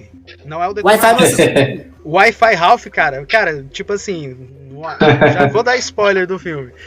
Mas não é um spoiler que vai... Não é spoiler comprometedor que eu falo, né? Eu vou falar assim, no Wi-Fi Ralph, eu não assisti o filme completo, mas onde até vi, você viu um Ralph interagindo com os personagens de games, aí eles falavam, e aí Ralph, não sei o que lá, e tal. Então, pra quem curte essa pegada gamer mesmo, cara, eu recomendo. Wi-Fi Ralph, assistem. Bora, antes de a gente ir pra transição, eu vou falar de um jogo, cara, que pra mim me surpreendeu positivamente em relação a como fazer um jogo cinematográfico. Metal Gear Solid, mano. Que jogo foda. O Metal Gear Solid, Eliezer, ele é o seguinte. Cara, eu falo que foi o primeiro jogo que eu falo que eu não joguei um jogo, que eu joguei um filme. Porque, cara, procura lá depois algumas cenas do jogo, mano. Você tem aquela alimentação de gráfico do console, mas você tinha... as vozes eram feitas por caras de nome do cinema. Cara, é muito foda. Tipo assim, quando você vai olhar o jogo, você vai falar que é um jogo gráfico de pixelado, tudo, mas trilha sonora e a dublagem, cara, é onde que você vai... Cara, foi onde que você faz uma imersão tão grande, cara, do jogo, que quando você vai jogar as cenas, cara, você parece estar jogando um filme. Quando você vai jogar o jogo, você torce pra aquela cutscene acontecer. Isso que eu curti pra caramba, velho. E o Psychomantis? Hã? O Psychomantis. Não conheço. O último boss? Ó, Eliezer, tem uma cena lá, é spoiler do jogo. Você vai enfrentar esse vilão, ele é o seguinte... Quando tem uma cena lá que você tem que... Você leva a filha do seu comandante pra você sair da base lá, né? Aí você chega nesse vilão, spoilers, tá? Pra quem quiser jogar o jogo, só pular aí a minutagem que eu vou mandar aqui na descrição do... Spoiler do jogo de 30 anos. De 30 anos atrás. Eu vou colocar na descrição do vídeo onde que vai ter spoiler, tá? Na descrição do episódio, pra vocês pularem. Aí tem uma parte lá em que você... tem que levar... Você segue junto lá com a filha do seu comandante. Aí eles entram numa sala em que você tem esse inimigo que ele faz, eu acho que, algumas pessoas ali de refém. Me corrija aí, Tom, se eu estiver errado. Aí tem uma parte lá que você vai conhecer o vilão, Eliezer, que a câmera foca nele. Se você tiver os jogos da empresa que desenvolveu o jogo salvo no meu memory card... Ele faz tipo uma quebra de quarta parede. Aí ele começa a falar com a câmera mesmo, tipo, pra quem tá jogando. Aí ele fala assim, então você curte jogar Castlevania, você curte jogar Resident Evil... Não, Resident Evil não. Então você curte jogar um Pro Evolution, sabe? Ele começa meio que dialogar, você olha assim. Falei, rapaz, mas pena que eu achei o jeito que você derrota dele zoado. Você tem que colocar no slot 2 o controle pra derrotar, tipo... Mano, o cara prevê todos os movimentos. Aí você tem que colocar no slot 2 pra derrotar o cara, velho. Por isso que eu... Então, é zoado, mas faz sentido, porque assim, ele tá lendo o controle 1. Aí que tá. O Kojima, ele é meio doido, né? Porque, nossa, eu, óbvio, quando era criança, não pude zerar. Eu joguei na casa de um amigo meu e eu não sei nem se ele zerou isso até hoje. Mas a gente ficava doido, porque assim, na época a gente não sabia escutar inglês, ler muito menos ainda, né? Mas quando ele falava Castlevania, eu falava, mano, esse cara tá falando do jogo, velho. O que ele tá fazendo? E assim, mas por quê? Porque ele tá lendo o seu controle. Tipo, seu ele tá, memory card, falar na verdade. O seu controle 1, então ele tá lendo o seu controle. Então ele tá lendo você. Quando você coloca pro 2, é como se outra pessoa... Tipo, você fechou o olho e tá batalhando assim, ó. Tem que pensar. É muito bobo, mas o Kojima é doido. Cara, eu recomendo, Eliezer. Mas essas interações aí, né? Eu não cheguei a jogar o jogo, mas eu joguei o modo treinamento do jogo. Não sei se vocês chegaram a jogar, mas Cara, aquele modo de treinamento, cara, é a mesma coisa de você jogar o modo de missão, né? Só que ele te dá, tipo, fases e fases. Ele dá uma missão, você tem que se esconder e passar pelas câmeras. Aí você fez isso, você completou a missão. Então esse modo de treinamento eu joguei. E eu cheguei bem longe, só que eu cheguei numa parte que eu fiquei travado lá, que eu não conseguia passar nem a pau. E não tinha tutorial no YouTube, né? Porque não tinha YouTube. Que triste. Era no Mas discado, fazer né? o quê, Era no né? discado, né? Era no discado. E fazer o quê, né? Nem revistinha, não tinha vizinho pra fofocar, não tinha revistinha, não tinha nada. Então eu desisti dessa Não, mas é de sério, ir pra cara. frente. Mas é um sério. jogaço. Cara, Eu recomendo. joga, mano. É um jogaço, velho. Se você, pra quem curte história e jogos de espionagem, mano, recomendo, velho. Metal Gear Solid 1. Ó, mas lembrando, não vai pelos gráficos, não. Ah, mas os gráficos parecem polígono, não sei o que lá, não vou jogar. Mano, vai pela história, velho. Porque, cara, eu nunca vi uma história tão complexa quanto aquele game, velho. Tinha CG que batia 15 minutos. Mano, ó, o Metal Gear, ele é o seguinte. Metal Gear, eu falo no Solid 1, porque o Metal Gear Solid 1, eu falo que ele foi o jogo em que ele equilibrava as cutscenes com gameplay. Atualmente, eu até assim, me perdão a minha opinião equivocada, mas o que eu achei, o Tom, que nos Metal Gears assim, mais pra frente, sabe? O 2 ele mantém a mesma pegada, mas a partir do 3, do 4 em seguinte, eu falo que você mais assiste do que joga. É minha opinião. Então, mas é aquela coisa, aquela opinião sobre o pessoal em Deus ou Kojima, né? Eu acho ele um excelente produtor de games, mas o sonho da vida dele era ser cineasta. Só que ele ainda assim é um produtor de games, sabe? Então, muitas pessoas defendem qualquer coisa que ele faz, que é meio doida, que nem o Death Stranding aí que saiu. E assim, não é bem assim, sabe? Eu acho que depois, com o tempo, como ele foi ganhando muito nome, ele falou, cara, vou fazer filme agora. Então, o 5, você pegar as cutscenes, você tá assistindo um filme. Exato. É um filme. É um filme que você tá assistindo. Só que o 1, os primeiros, eu acho que até o 3, tá? O 3 eu também sinto que ele consegue mesclar bem. Só que, mas mesmo assim, mesmo mesclando bem, é 15 minutos de cutscene, de história na tua cara. Aí ele te dá, ó, joga aí meia hora, joga aí 1 hora, me esquece, daqui a pouco eu volto. Mas Metal Gear, eu acho que, por mais que você não goste, pelo menos, sei lá, pega uma série aí de algum YouTube que você gosta e vai zerar o jogo lá que você vai gostar. Ô, Eliezer, a gente fala dessa franquia porque, cara, olha só o quarto jogo. Olha só o quarto jogo.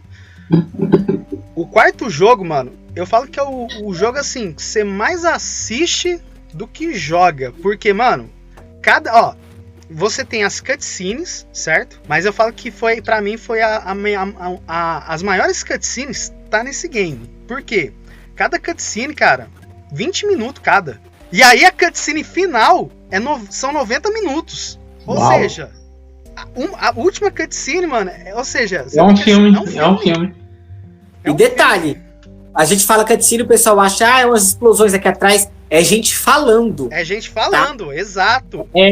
É a história acontecendo. É o general contando uma coisa pra um que aconteceu com o outro lá atrás. E você tem que ficar assim, ó. Senão você tem que prestar atenção, mano. É tipo, mano, se você desgruda uma atenção, você já não liga de mais nada. Você nem sabe o que tá acontecendo. Você não sabe nem o que tá acontecendo. Mano, eu recordo. É aquela coisa. Mas pra quem quer ter experiência de verdade cinematográfica, mano, jogue o Metal Gear Solid 1, que pra mim foi o mais nostálgico. E aí, Tom, qual foi o jogo que você jogou e te mais marcou nesses anos 2000 aí? Atualmente agora, né? Ano 2000, mas atuais. Vamos mesclar tudo. Olha, entrando nessa linha aí que você acabou de falar de cinematográfico, apesar de eu amar tanto o Resident Evil 2 Remake, tá no coraçãozinho já, mas eu acho que foi a franquia Red Dead Redemption. O que a Rockstar fez com esse jogo é incrível. Porque assim, Aí fala, ah, mas a Rockstar tem GTA. Beleza, GTA, todo mundo que me fala do GTA e fala, ah, dá pra gente zoar na rua. Só que assim, o Red Dead, eles contaram um super filme. É um super filme. Os dois são um super filme de Velho Oeste, pra quem gosta. Muito bem ambientado, da qual todo o seu caminho faz sentido. E assim, cara, pra vocês que eu acho que vocês gostam muito de filme, quem ainda não pôde ver, pelo menos. Tem alguns canais do YouTube que mostra só um filminho dublado, legendado lá pra vocês. Red Dead Redemption 2. É assim. Foda. O final do jogo. É a primeira cabeça, parte. Mano. O final tem duas partes. Tem duas partes. Eu digo que eu chorei. Porque assim, é um jogo sem noção, cara. Muitas especialistas, né, de gamers não gostaram do jogo, que fala que anda muito a cavalo, mas, né? Um cara em 1800 e alguma coisa, só tinha cavalo, vai andar com o quê, né? Carroça. Mas tudo bem. Mas assim, a história é muito bem preenchida. E, cara, eu não vi até hoje, por mais que eu entenda o que você sente pelo Metal Gear, mas até hoje eu não vi um jogo com uma história tão enigmática. Sim. E tem ação, e tem romance, e tem hora que você vai ficar com raiva do protagonista, só que lá na frente você vai ter a redenção dele, e você fala, mano, Red Dead 1 e 2, joga. Eu lembro que quando eu joguei o eu não joguei tudo o Red Dead, eu acho que foi o primeiro que eu joguei, não foi o Revolver, né, porque o Revolver tava com, eu não lembro se tava com outra empresa, se era, não sei se a empresa atual... A Rockstar depois. Isso, foi o Red Dead Redemption que eu joguei, que você tinha a jornada lá do John Marston. Mas, cara, que final, velho. Eu não vou dar spoiler, tá? Mas acontece uma coisa aí com o seu protagonista. E aí, logo depois, nos minutos aí de gameplay a mais, você tem uma outra parte que continua essa parte do protagonista. Mas, ó, chega. chega de spoiler. Eu vou te falar que eu vou te falar que o 2, eu não sei se você jogou o 2, mas o 2 segue o mesmo exemplo. Você tem, tipo, 30 horas com um dos caras, depois você tem mais umas 25 horas com um outro cara. Você tem uma... então, pelo que eu vi o 2, eu não sei se a gente joga com o John Marston. Joga? Então, é que o 2 ele segue essa mesma linha de raciocínio. Então, é que assim, o 2 ele é tão impressionante que ele se passa 14 anos antes do 1, Sim. E ele explica o porquê que o John Marston tá naquela situação. É foda. Porque, cara, Red Dead é foda, mano. Ó, eu acho que o Tom, eu acho que ele já tá meio perdido já aí. Mas é o seguinte, Eliezer, o Red Dead, a gente tem a saga GTA por completo, né? Mas eu falo que foi eu acho que... Ô Tom, me corrija aí, tá? O que eu disser. Mas eu acho que foi o Red Dead que ele popularizou aquele negócio, aquele negócio, GTA de alguma coisa. GTA de não sei o que, GTA de não sei o que.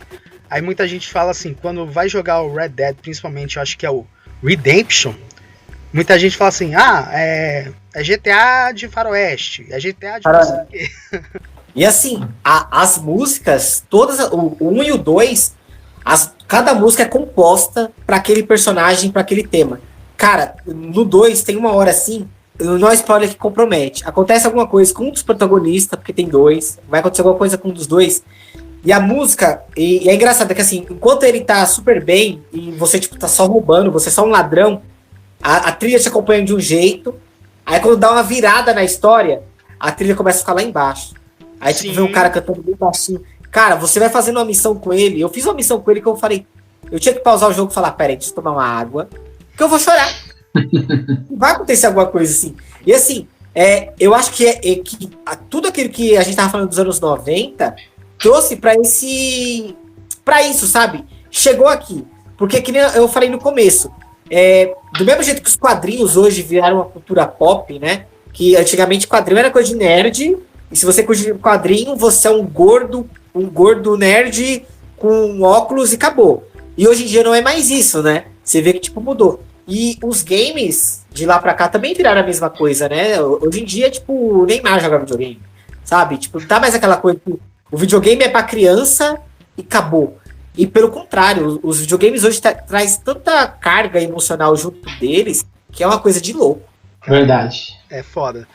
Eu acho que os games, assim, atuais, mano, eu acho que eles tendem mais a ter uma pegada muito mais cinematográfica, né? Do que você ter aquele aspecto de gameplay.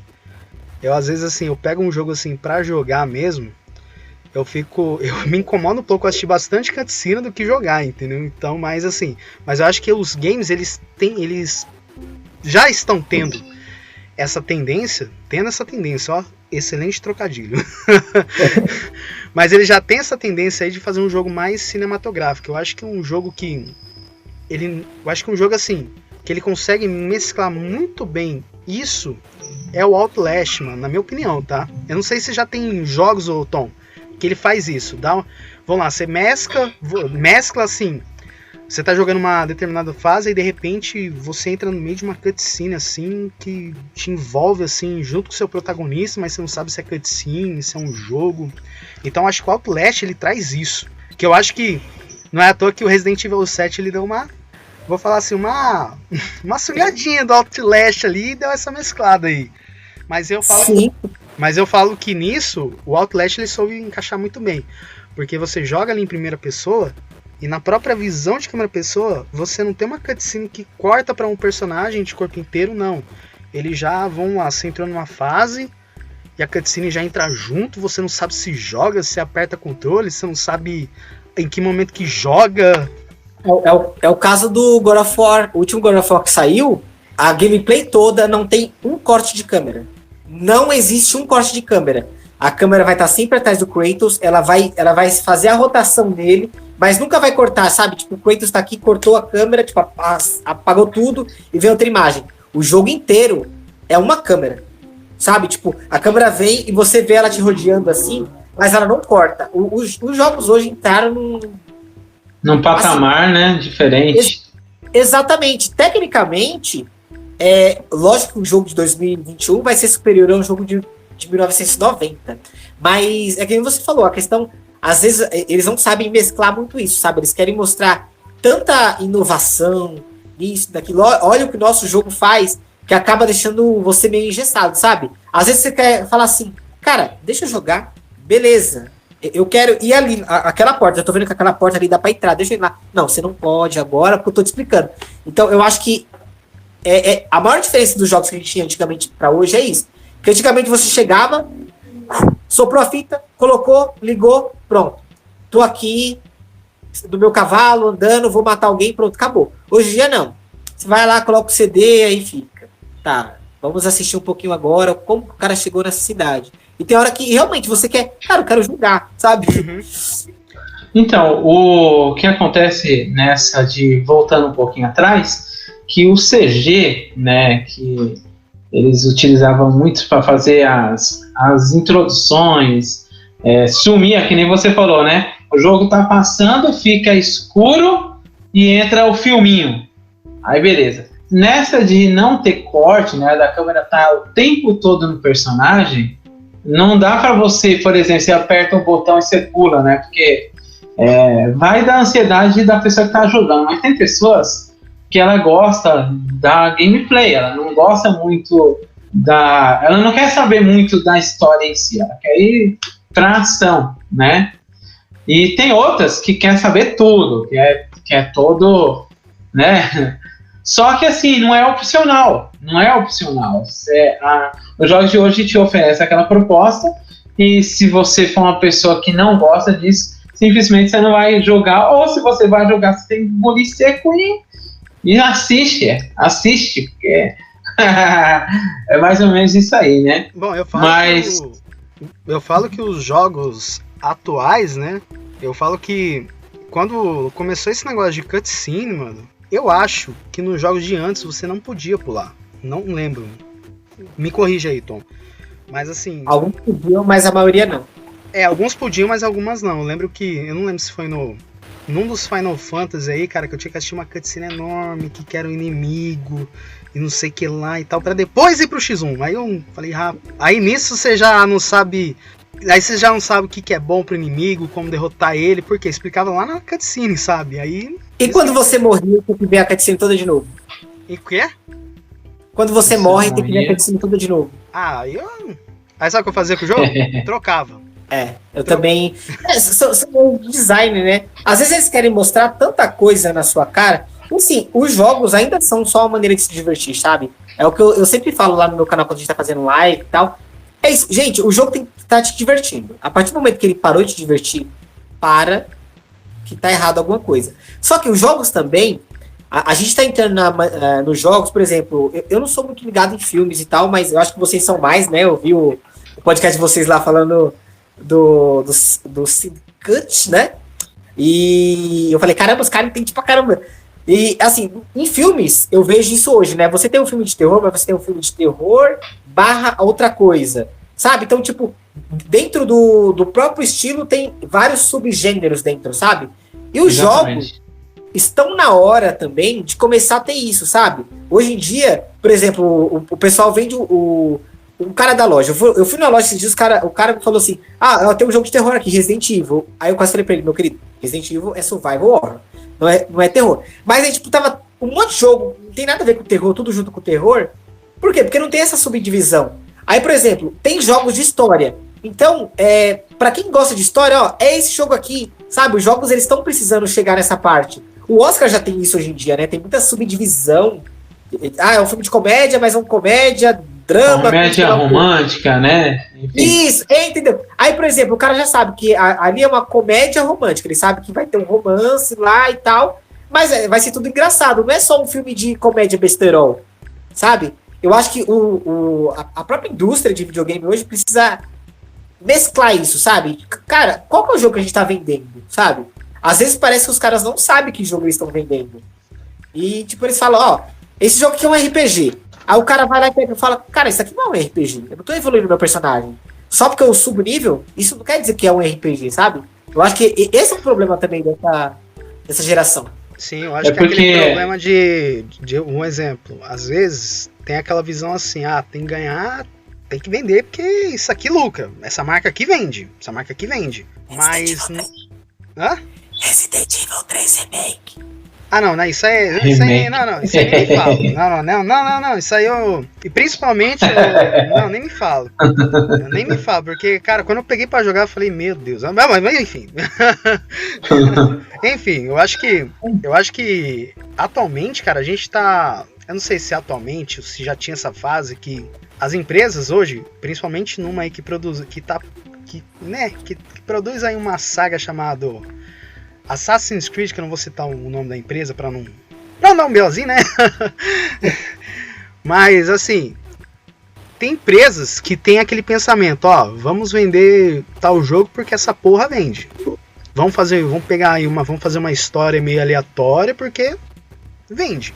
Por isso que eu falo que sofreu várias mudanças em jogos, principalmente que eu falo que os jogos têm uma pegada mais cinematográfica, porque atualmente, hoje, os consumidores... Eles não querem ver porque é uma marca famosa, e sim eles querem ver se o jogo tem conteúdo. Porque hoje eu acho que os consumidores querem conteúdo, né? Querem ver qual que é o conteúdo que o jogo traz. Não apenas que é assim, é uma marca, vai vender. Eu acho que, na minha opinião, essa parte em si, essa tendência já tá passando. Porque hoje, se você for ver, os jogos têm uma pegada muito mais cinematográfica. Porque eles querem ver mais história, querem ver o que esse jogo tá agregando. Então, que nem o Tom estava comentando sobre conteúdos, né? Sobre dividir os conteúdos. Hoje em dia, categorias são categorias simplistas que não tem subdivisão, né, de categorias. E, além disso, a indústria também ela sofre, né, de uma dificuldade de renovação, né? Porque, se você for ver, todas as indústrias sofreram renovações. Então, se você pega indústrias de desenhos, sofreram renovações, saíram lá daquele 2Dzão, já tem desenhos que tem 2D e 3D ao mesmo tempo, enfim. Indústria de séries sofreram renovações, as indústrias dos filmes sofreram renovações, as indústrias dos jogos também sofreram renovações, mas o que eles não conseguem renovar é conteúdo. Não é que eles não conseguem, é porque há uma dificuldade de investir em conteúdo, né? Porque se você for ver, vamos voltar lá atrás. pega o Super Mario. Você pega o Super Mario, não existe nenhuma novidade nos novos Super Marios. Tem novidade no quê? Na jogabilidade, tem novidade na forma, né, de se mover, como diz, nos cortes dos filmes, enfim. Mas você vai no conteúdo, é o mesmo. A princesa sendo raptada, não sei o quê. Então não há uma renovação, né? Dá uma observação aí, Tom. Então, eu já penso um pouco diferente. Não é nem o conteúdo só. Mas é que assim, quando você tem uma marca, o que você visa? Dinheiro. Vamos falar do nosso querido FIFA. Que todo mundo fala, a EA lança o FIFA todo ano. Você já viu quanto que esse negócio vende? Todo ano que eles lançam o mesmo jogo? Aí que tá o problema. Ó o Cyberpunk. Vocês viram a polêmica que foi o Cyberpunk? Saiu as ações agora que eles venderam 4 milhões de unidades até dezembro. Até dezembro do ano passado, quando fechou dezembro, começou os problemas. Eles tinham vendido 4 milhões de unidades. E eles lucraram 3 milhões de unidades. Por quê? Só 1 milhão devolveu. Então, infelizmente, quem tá pagando hoje, que às vezes tipo, é o pai do menino que escutou o youtuber dele falando compra lá esse jogo, ó, pode comprar lá, não devolve não. Infelizmente, a indústria tá com muita gente que não tá dentro dela mesmo, sabe? Por exemplo, eu sou um consumidor. Eu citei Resident Evil 3 aí, eu sou muito fã de Resident Evil. Uma hora eu ia ter o Resident Evil 3, obviamente que ia, e eu tive. Só que eu fui e joguei, e assim, não vale R$250, sabe? Só que a Capcom sabia que ele ia vender. Aí que tá, a franquia Assassin's Creed. Assassin's Creed, eu vejo como um jogo bom até o Assassin's Creed 1, o 2, o 4, que é o Black Flag, o Origins, sabe? E cara, desse meio tempo tem tantos outros jogos que foram lançados um em cima do outro. Ó, o Assassin's Creed Valhalla, eu não consegui zerar o jogo, velho. Você tem as pabu. Eu não consegui zerar o jogo. Por quê? Porque é uma encheção de linguiça, só que assim, se você vai ver os caras falando do jogo, o jogo é super maravilha. Então, infelizmente, quem tá na frente, que são os grandes streamers, né? Que são esses caras que vendem jogo, sabe? Quando eles chegam e falam, cara, compra esse jogo aí, cara, esse jogo tá bom, e o jogo não é bom, a criançada, a criançada mil grau que o cara falou e eu vou atrás, eles vão comprar o jogo, entendeu? Então é muito complicado. Quando você... É muito difícil, por exemplo, eu mesmo, eu acho que o jogo, ele não devia ter um preço fixo de R$250, que agora é 300. Ele devia valer o que ele é, sabe? Por exemplo, o Resident Evil 3, a minha crítica com ele, o jogo, não é que o jogo é ruim, o remake. É que R$250, o remake. R$250 não vale esse jogo. É o remake, não é o original não, hein? É o remake, exatamente. Não é que o remake do 3 é um jogo ruim, mas, cara, claramente aquilo é uma DLC. Claramente ele era pra ser vendido a R$60. E se fosse vendido a R$60, nossa, tava todo mundo falando, cara, R$60, que jogo. Beleza, faltou uma parte que eu queria, mas foram R$60 que eu paguei só, sabe? Então, infelizmente, nessa questão toda, por exemplo, você acha que se eu sou o dono da EA, eu ia mudar o FIFA? De verdade. Eu não ia mudar o FIFA. Os caras compram todo ano, ó. Tem gente que tem console só pra comprar FIFA. Entendeu? Então, enquanto o cara lança o jogo, o FIFA hoje, já tem mais de 1 milhão de cópias vendidas no primeiro dia. É sucesso. É complicado. Então, olha, quando eu comentei, né, que tipo, tem que vender tal marca porque vende. Vamos produzir mais, mesmo se não tiver conteúdo. Vamos produzir porque vende. Exato. Foi o que aconteceu. Os próprios Assassin's Creed. Tem alguns Assassin's Creed que eu acho a DLC melhor do que o próprio jogo. O Syndicate, a DLC do Jack Stripador, é fantástica. O jogo base não é. Mas você tem que pagar R$250 pro jogo base pra talvez você ver o que o cara que realmente pensou no jogo queria. Porque assim, não é o cara que faz. Tem um monte de cara lá falando, cara, acelera aí, ó, vamos lançar, tem que lançar. Cara, não tá pronto. O Cyberpunk foi isso. Os caras Cyberpunk falaram, o jogo não tá pronto. Não, mas tem que lançar porque senão a gente vai perder dinheiro. E deu nisso, entendeu? É complicado. O que eu vejo, né, que tá acontecendo? Tudo isso aí que o Tom mencionou, a falta de interesse da indústria em querer renovar alguma coisa, principalmente quando é franquias famosas, né? Você pega FIFA, você pega, que nem eu falei, a Nintendo, cara. Você fala Nintendo, você lembra Mario. Então, você pega Mario, você pega outras, Zelda. O Zelda. Você volta lá no futebol, o concorrente lá da FIFA, né? Antigamente era o Wing Eleven. Pro Evolution Soccer. Era bom. Você pega todos esses jogos, não há um interesse da indústria em desenvolvê-los melhor. Então, se você for ver assim, quais são os jogos que os conteúdos são bons, né? São jogos que saem, às vezes, fora das franquias. Você quer um jogo bom? Sai um pouco fora da franquia. Você quer, por exemplo, você pega aí o Batman, que sempre foi um jogo assim, que nunca foi um jogo de história, né? Mas aí todo mundo tá investindo lá em GTA, em FIFA, não sei o quê. Aí os caras vê, caramba, mano, o Batman tá aí parado. Vamos investir o Batman e fazer uma história legal no Batman. Pronto. É um jogo bom, porque mudou um pouco. Que franquia, Desculpa atrapalhar, mano. mas que franquia. Que franquia foda, velho. Nossa, todos eles. Cara, que franquia foda, velho. Franquia Arkham. Eu recomendo, mano. Porque é uma franquia, assim, que tem história, tem uma jogabilidade muito ótima. Cara, que é uma saga que eu recomendo, mano. Batman, a franquia Arkham. Exatamente. Aí você vai seguindo essa linha de raciocínio, que vários jogos precisou que essas empresas, assim, que elas permanecem na mesmice, cada ano lança uma nova versão que só altera uma coisinha de nada, mas vende às vezes o dobro. O marketing dos caras, por exemplo, eu tô citando o FIFA. O FIFA, cara, chegou no estágio que a renovação dele foi mínima. Ó, você pega de 2017, 2018, 2019, 2020, as renovações que o FIFA estava sofrendo eram renovações mínimas. Onde que o FIFA realmente começou a renovar para deixar a pessoa impressionante? Não, impressionada, desculpa. Deixar a pessoa impressionada.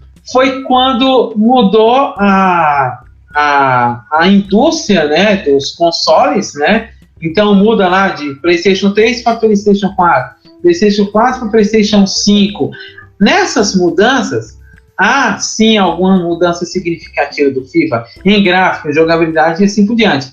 Só que aí começa tudo de novo, né? Lançou lá o primeiro FIFA do PlayStation 5. Aí depois lança o próximo FIFA do PlayStation 5. O que altera? Conteúdo mínimo. Então, isso vem acontecendo em vários jogos de franquia. E onde a indústria ela sobressai? Quando foge disso, né? Quando você fala, eu vou parar de jogar essas franquias e vou começar a jogar temas diferentes, né? Vou começar a jogar jogos diferentes. E é onde sofre a mágica que você conhece mais coisas, né? Inclusive, se você for voltar, né, nos videogame é a mesma coisa. Começa a Nintendo fazendo uma revolução de controle, né, de joystick, que parece uma nave. Aí você fala, ele pegou a PlayStation, que parecia uma nave, e colocou lá um analógico diferente. Enfim, aí começa lá, a Nintendo é ousada, né? Então, vamos lançar um videogame que o controle é diferente. Aí lança o Wii. Aí vem por aí, né? Vai surgindo esse norte. Aí a PlayStation, opa, esse Wii é legal, só que a gente não quer copiar não, mas a gente gostou da ideia. Vamos lançar um controle parecido? Aí lança um controle com luzinha, né? Enfim, então você vai vendo as renovações, e todas as renovações estão atreladas a novidades, e nunca a franquias antigas. Então você pega as franquias antigas, mesmice. Você pega as renovações, quantas renovações fantásticas. Quantas, cara? Então... Mas é que tá. O público ainda é o responsável sobre isso. Ó, por exemplo, eu falo por mim. Eu amo Resident Evil. Quando chegou no 4, 5 e 6, eu torci o nariz. Mas o 4 mudou a câmera do Resident Evil. Se a gente tem o Resident Evil 2 Remake hoje, é por causa de uma renovação que eu não gostei. Então é muito complicado também uma empresa mudar, porque ela não sabe qual vai ser a reação. Ó, o Resident Evil 7, quando lançou, todo mundo falava é uma porcaria. Não joga, é câmera em primeira pessoa, é uma merda. Aí lançou o Resident Evil 3 Remake, pronto, olha, o Resident Evil 7 é um jogo bom, entendeu? Então é muito complicado isso, porque assim, não basta só ela mudar. Às vezes quem recebe não quer mudança. Tem muita gente que não aceita a mudança também. Aí eles vão naquela lá. Aí, ó, lançamos o FIFA 20. Vendemos quantos milhões de unidades? 30 milhões? Ótimo. Vamos lançar o FIFA 20 o ano que vem?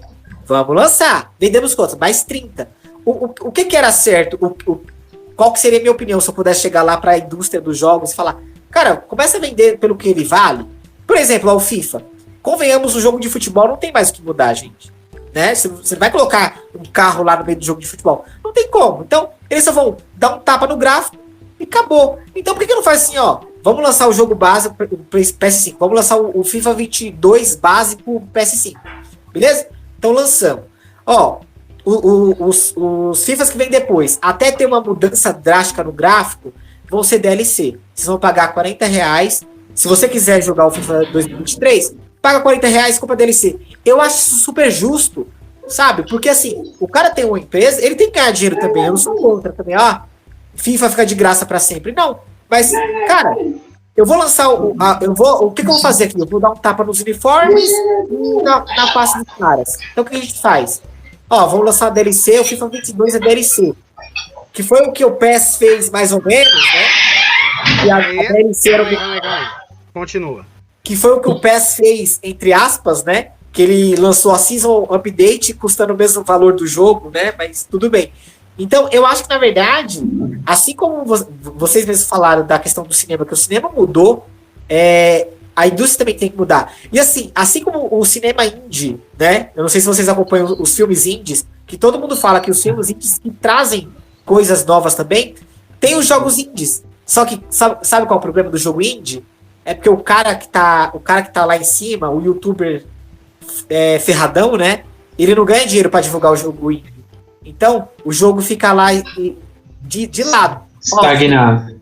Fica estagnado. Ó, um jogo ótimo que eu joguei no PC há muito tempo atrás, 2005, e teve um remake agora, chamado Pathologic. Esse jogo é muito pouco comentado, quase ninguém conhece. E assim, é um jogo que ele é um tutorial de desgraça. O jogo só acontece merda. E assim, e você vai jogando, você vai vendo como o homem é simplesmente nada no meio de quando a natureza quer fazer alguma coisa. Ela fala sobre a epidemia também, junta muito o que a gente tá vendo hoje. Mas assim, se a Capcom tivesse lançado, todo mundo tava jogando. Mas é um jogo indie, fica lá. Esses dias mesmo tava R$40 na promoção do Xbox. E ninguém compra. Sabe? Por quê? Porque foi o que o Jonathan falou antes, sabe? Nessa questão de mudanças, sabe? Às vezes o jogo indie tá lá querendo fazer uma mudança, querendo mostrar pra todo mundo, cara, eu tô fazendo algo diferente. E as pessoas não vão. Por quê? Porque o Assassin's Creed vai continuar vendendo. Sabe? É isso que... É isso que mata a revolução da indústria. Mas, né, se você for ver assim, isso aí que está acontecendo, que você mencionou, isso acontece também nos filmes, nas séries e assim por diante. O que a gente vê é o seguinte, que evoluir num gráfico, evoluir uma jogabilidade e tal, é legal. Só que, se você for ver, quem é que está comprando, geralmente são vamos colocar, tem um público lá dos anos 90 que compra até um certo limite de jogos. Então, ele compra as franquias até um certo limite. Passou daquele limite, ele não é mais o público. O público vai ser da geração um pouco mais nova. E a geração mais nova vai comprando também. Só que chega a um certo limite que, de novo, ela para de ser o público, que ela envelhece e vai vir as próximas gerações. Então, se você for ver, as repetições que tem, né, os remakes, remakes, os reboots, as franquias, elas vão atingindo as gerações que vão comprando. E geralmente funciona assim. É que nem você mencionou. Hoje, eu comprei o jogo com meu filho lá de... Sei lá, vou dar um exemplo. Comprei um Mario lá pro meu filho. Só que eu, no passado, eu jogava Mario. Só que o meu filho hoje joga um Mario em 3D e não sei o quê. O público mudou, mas o Mario continuou o mesmo. Entendeu? Às vezes não compensa eles se mudarem exatamente porque eles estão sempre fazendo remakes e reboots. Eles sempre estão mantendo a proposta, mas melhorando a tecnologia. Beleza, até aí é aceitável, né? O que às vezes não é aceitável é o seguinte: quando a empresa morre na estagnação. Ela morre, não evolui, mas continua vendendo. Esse é o problema. Aí, o que acontece, né? Surge as novidades, não os índices, né? Porque geralmente esses jogos eles têm um pouco menos de investimento. Mas as grandes empresas também investem em novidades. E as novidades que arrebentam. Vou dar um exemplo, né? Eu sou uma pessoa que gosta muito de jogo de lutinha, né? De luta. Agora, eu vou colocar uma franquia que é o The King of Fighter, que é a franquia que eu mais gosto. The King of Fighter. E em segundo lugar, Street Fighter. Em terceiro lugar, Mortal Kombat, né? Enfim. O The King of Fighter morreu em 2002, cara. Por quê? Porque eles fizeram lá uma franquia em 1994-95, que o jogo tinha uma mecânica parecida com o concorrente dele, que é o Street Fighter. Em 96, eles mudaram a mecânica, né? Colocaram aqueles quadros que nem o Donkey Kong lá, quadro sobre quadro, né? Melhoraram a jogabilidade, adicionaram algumas coisas que outros jogos de luta não têm. Beleza, revolucionaram a indústria. E assim foi evoluindo. Chegou em 2002, cara, os caras não conseguiram evoluir mais nada. Eles tentaram colocar lá um The King of Fighter em 2003, não deu certo. 2004 não deu certo. Tentaram renovar o mesmo The King of Fighter 2002, mas aí, logicamente, é um DLC também, não tem renovação nenhuma. Até chegar no The King of Fighter, acho que é 14, né, Jonathan? Não sei, que é em 3D. O The King of Fighter em 3D. Renovou o gráfico? Renovou. Legal. Mas a gente que é fã da época do The King of Fighter que a gente usava, a gente não troca o 2002 por um 14, cara. A gente não troca. E quando você não troca, significa que não houve uma revolução significativa.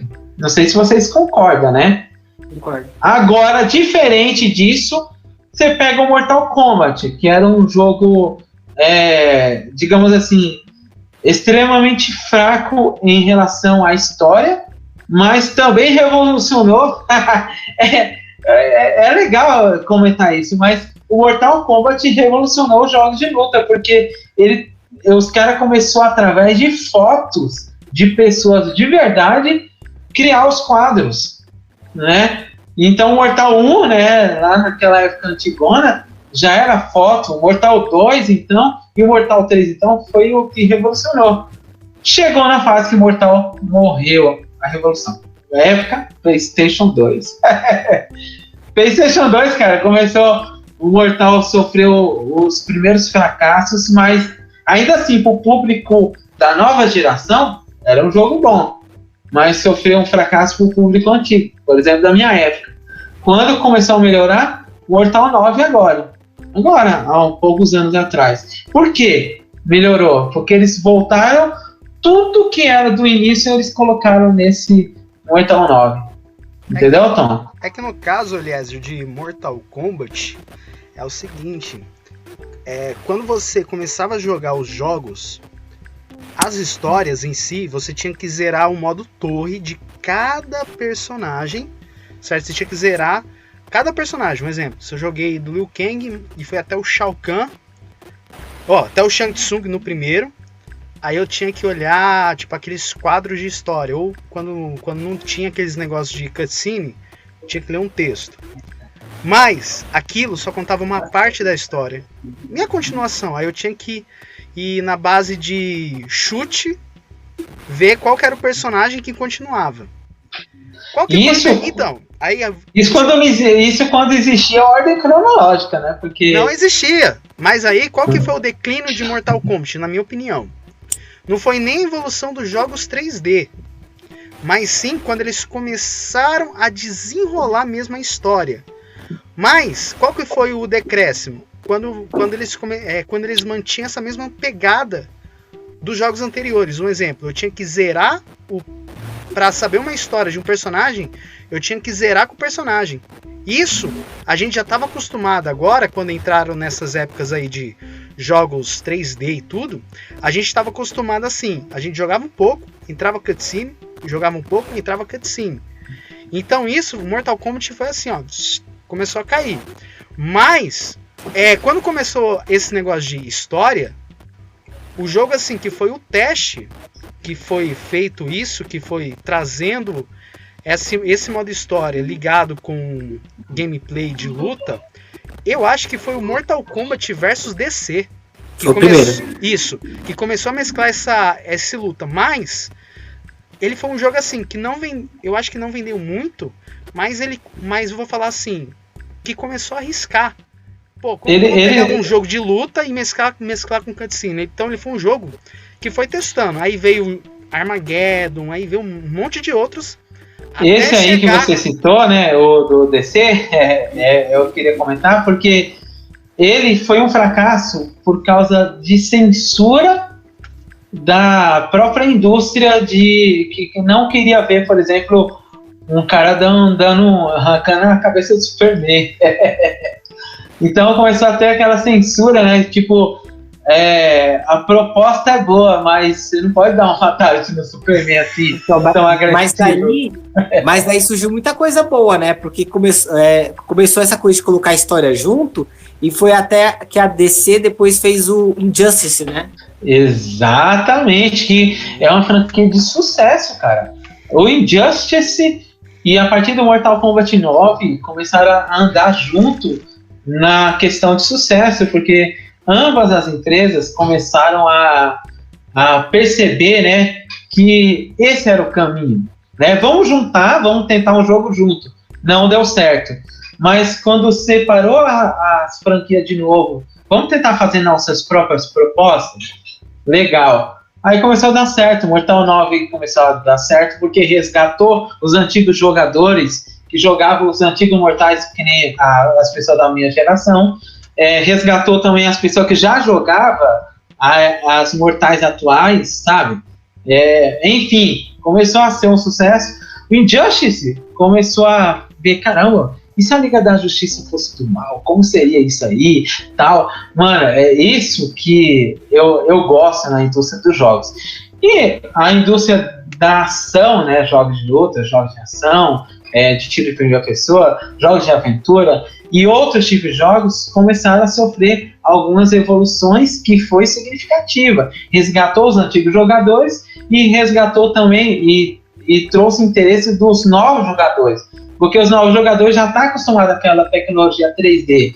Então não adianta, por exemplo, eu querer voltar para o 2D e eu vou perder a geração atual. Eu vou manter o 3D, mas vou voltar o quê? Vou voltar às origens, né? Vou voltar à história, vou voltar à jogabilidade, enfim. Aí resgata todo mundo. Então a indústria hoje, alguma categoria da indústria investe nisso. Mas outras categorias, por exemplo, de esporte e outras categorias não conseguem. Não é que não conseguem, não tem interesse, né?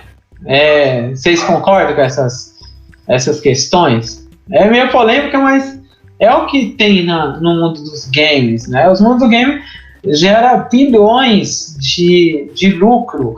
Não é mais uma coisa infantil. Não é mais o meu filho. Não é mais aquela criança que vai ter acesso a esses jogos, vai ter interesse a esses jogos. Não, adultos também. Inclusive tem jogos de terror que que é pra maior de 18 anos, meu filho.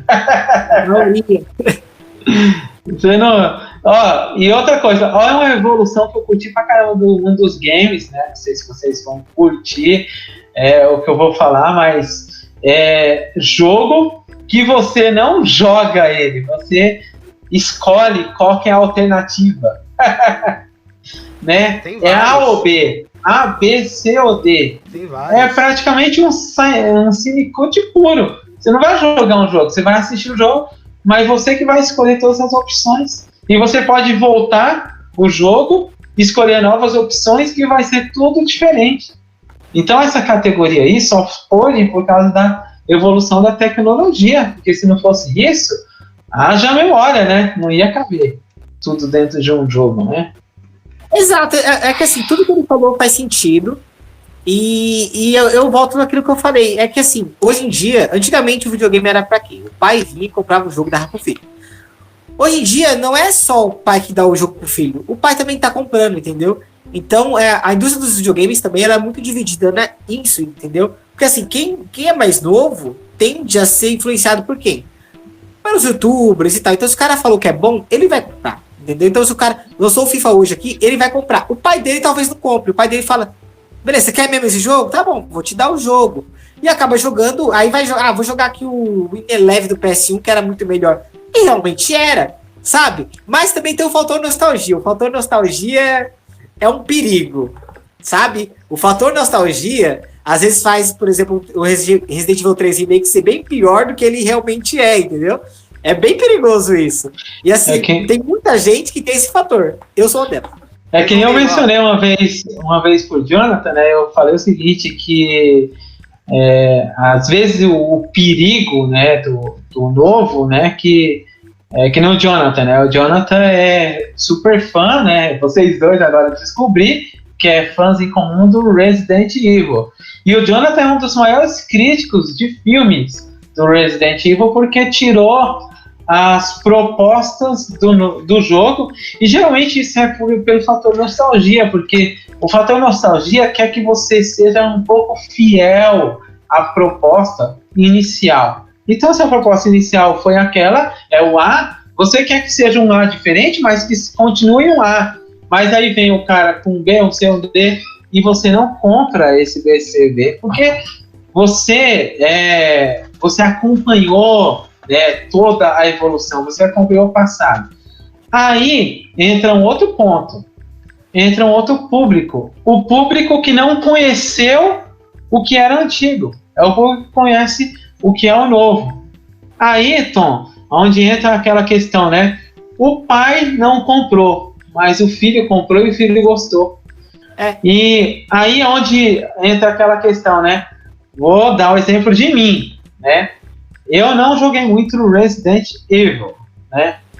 A gente que é brasileiro fala os nomes tudo meio em inglês, tudo embaraçado, mas é isso aí. Aí o que acontece? Eu sou uma pessoa que assistiu o filme sem acompanhar o jogo. Para mim, todos os filmes foram bons. Por quê?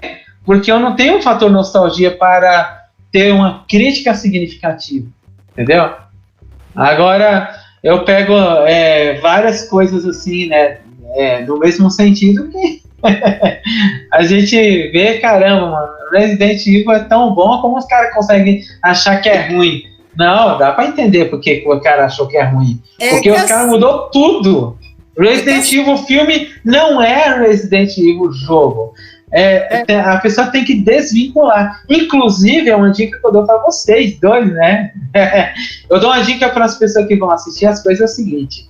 Quando você for assistir uma coisa que ela vem de uma franquia, mas ela muda a categoria, por exemplo, se é jogo, faz um filme, se é filme, faz um jogo, nacionalmente você tem que ter um divisor de águas de óleo e água, que uma coisa não é a outra coisa, né? Porque senão você vai criticar, e é o natural do ser humano.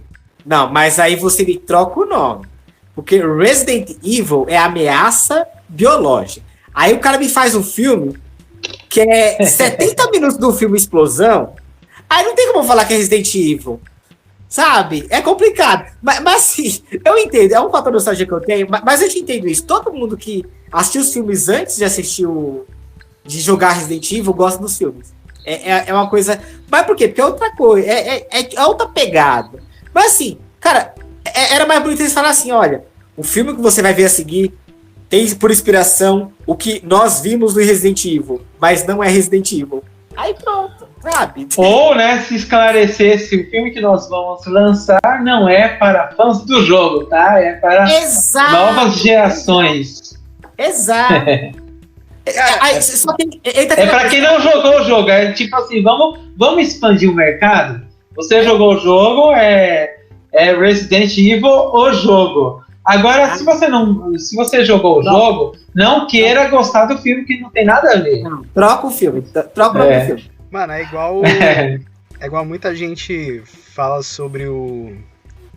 Mano, é que nem eu falo, velho. Quando eu vi os filmes da Resident Evil, o que eu imaginava, assim? Não é porque eu sou fã dos games e tudo, mas... Mano, eu, assim, na minha concepção, o que eu imaginava, assim? Você tá numa mansão... Poderia... Não tem aquele grupo de soldados que invade lá a mansão junto com a hélice, não sei o que lá? Manteria os soldados. Só não tirava, um exemplo, só não tinha aquela hélice. Na minha opinião, tá? Então... É assim, poderia estar fazendo um outro filme, parece que é Resident Evil, de filmes, mas um exemplo, quem que invade aquela mansão que a gente vê no início dos filmes, que a gente lá nos jogos? É um grupo de soldados. Sim. E a história passa ali por eles. Mesmo que não fosse uma protagonista, aquela Alice lá, mas se fazer uma trama ali relacionada com aquele time de soldados, é cabível. Funciona, porque não é que eu não tô falando que os games são melhores, mas sim o seguinte, a trama dos filmes, se você for pegar qual que é a base, tem Jill Valentine, tem Chris Redfield, não. A trama em si envolve um grupo de soldados, não envolve apenas um personagem, e sim, é uma equipe. Tanto que se você for ver o Resident Evil, o primeiro, original, se não me engano, tem 2 sinais diferentes que se passam com duplas diferentes. Então, se você fazer um filme que se atrela esse grupo de soldados, aí eu iria engolir, de boa. É que assim, o que atrapalha também é que assim, pra gente que conhece a obra original, a obra tá escrita, tá ali, tá pronto. Sabe? É que nem quando um livro vai para um filme. Eu me irrito quando o cara consegue estragar um filme de um livro. Porque assim, tá escrito. Tá escrito, o Joãozinho foi ali na casa da Maria. Por que você faz a Maria ir na casa do Joãozinho? Já tá escrito, cara. Sabe, assim, indo pro filme agora, já que a gente entrou nesse assunto. Uma adaptação que eu curto muito é Senhor dos Anéis. Senhor dos Anéis é fiel ao livro. Claro, para um filme você tem que ter o quê? Tem que ter o casal, não é? Então eles colocaram lá, trouxeram a menina do nada, vai ser casal aqui, vamos fazer um negócio pronto. E já era. Mas a base tá ali. Agora, quando você coloca o nome do filme só pra vender, porque a marca é conhecida, aí eu acho tosco. Porque os filmes do Resident Evil são excelentes filmes de ação. Eu não posso falar que não é um bom filme de ação. É um bom filme de ação. Mas pra vir com a marca Resident Evil em cima... Mas não é o jogo. Mas o que eu esperava? Corta um pouco dessa ação. Faz, pelo amor de Deus, esses caras têm uma hora correr sem bala. Sabe? E dá aquele drama, mata alguém sem bala, tá tentando tirar e acaba a bala. Então foi como que eu te falei. Se você for pegar a base do jogo Resident Evil, tipo assim, a base. Não tô falando protagonista, tá? Sim. Me refiro à base. É um grupo de soldados que foram numa mansão porque estão com medo, que correm de uma ameaça biológica que sabem que vão fazer mal a eles. Agora, um exemplo. Se tirasse aquela protagonista, mano, eu iria engolir a marca. Porque eu sei que a história se passa num grupo de soldados. Entendeu? É que eles colocaram a história dela sendo... E, tipo, ela é Deus, né? Porque ela faz tudo, nada dá matar ela, isso me incomoda um pouco. Até o Leon me incomoda um pouco nisso aí. Mas... Sim. Deixa pra lá.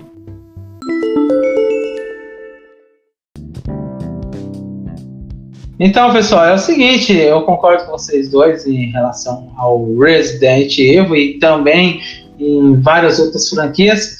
E a gente vê, né, que jogos, eles têm essa tendência a evoluir.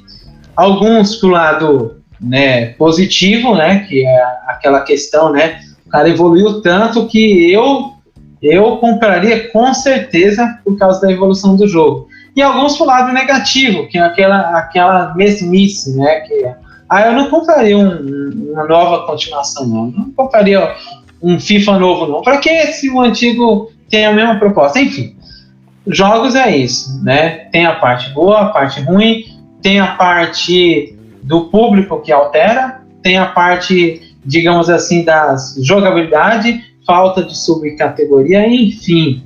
Mas uma coisa é certa, né?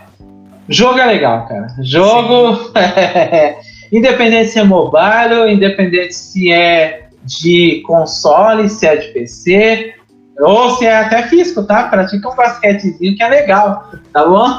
Sim, mas jogo é legal. Mas, ó, lembrando que a gente vai ter uma parte 2 desse assunto aí que vai se expandir para mais episódios. Tom, queremos você sua volta aqui, hein? Só chamar. Antes de terminar, eu queria deixar a última parte sobre jogos. Pode falar, né? Tom. É que assim, o que é legal é que hoje os jogos, eles evoluíram tanto que eles não são só um meio de escapismo. Eles são também arte, eles são um jeito de você conhecer novos amigos e é um jeito, às vezes, até de você aprender com outras histórias. Sempre nas nossas lives, alguém sempre tá falando, nossa, foi tão legal a gente ter conhecido você pelo jogo. E eu acho que isso é a melhor coisa do mundo, é a gente saber que um pouco da gente vai para outras pessoas por causa dos videogames também.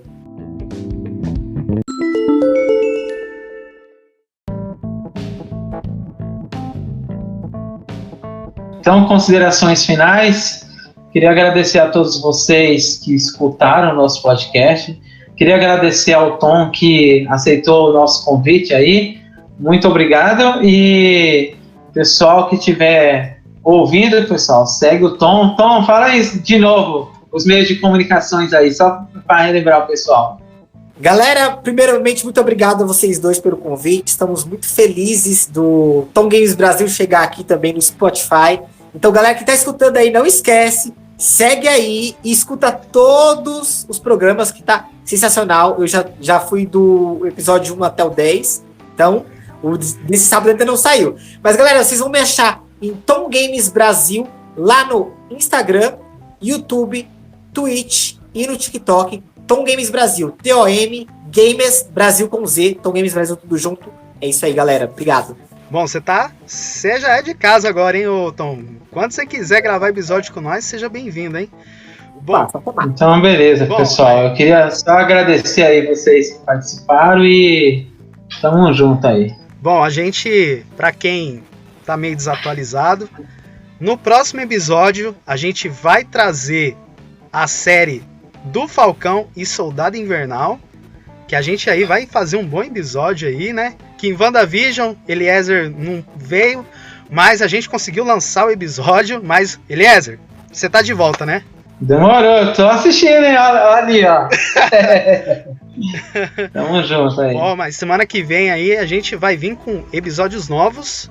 Bom, você que tá nos escutando aí, a gente, né, está nas principais plataformas de áudio: Spotify, Google Podcasts, Pocket Casts, Rádio Public. Então, agradeço aí pela oportunidade por você ter vindo gravar aí com nós, que logo em breve a gente vai estar lançando esse episódio aí. E Tom, divulga nós lá, hein? Pode deixar aqui, ó. Eu já tô fazendo vídeo direto falando de vocês. Beleza, então. Pessoal, muito obrigado aí. Agradeço aí por vocês estarem nos ouvindo. Até mais, pessoal. Até mais, gente. Um abraço.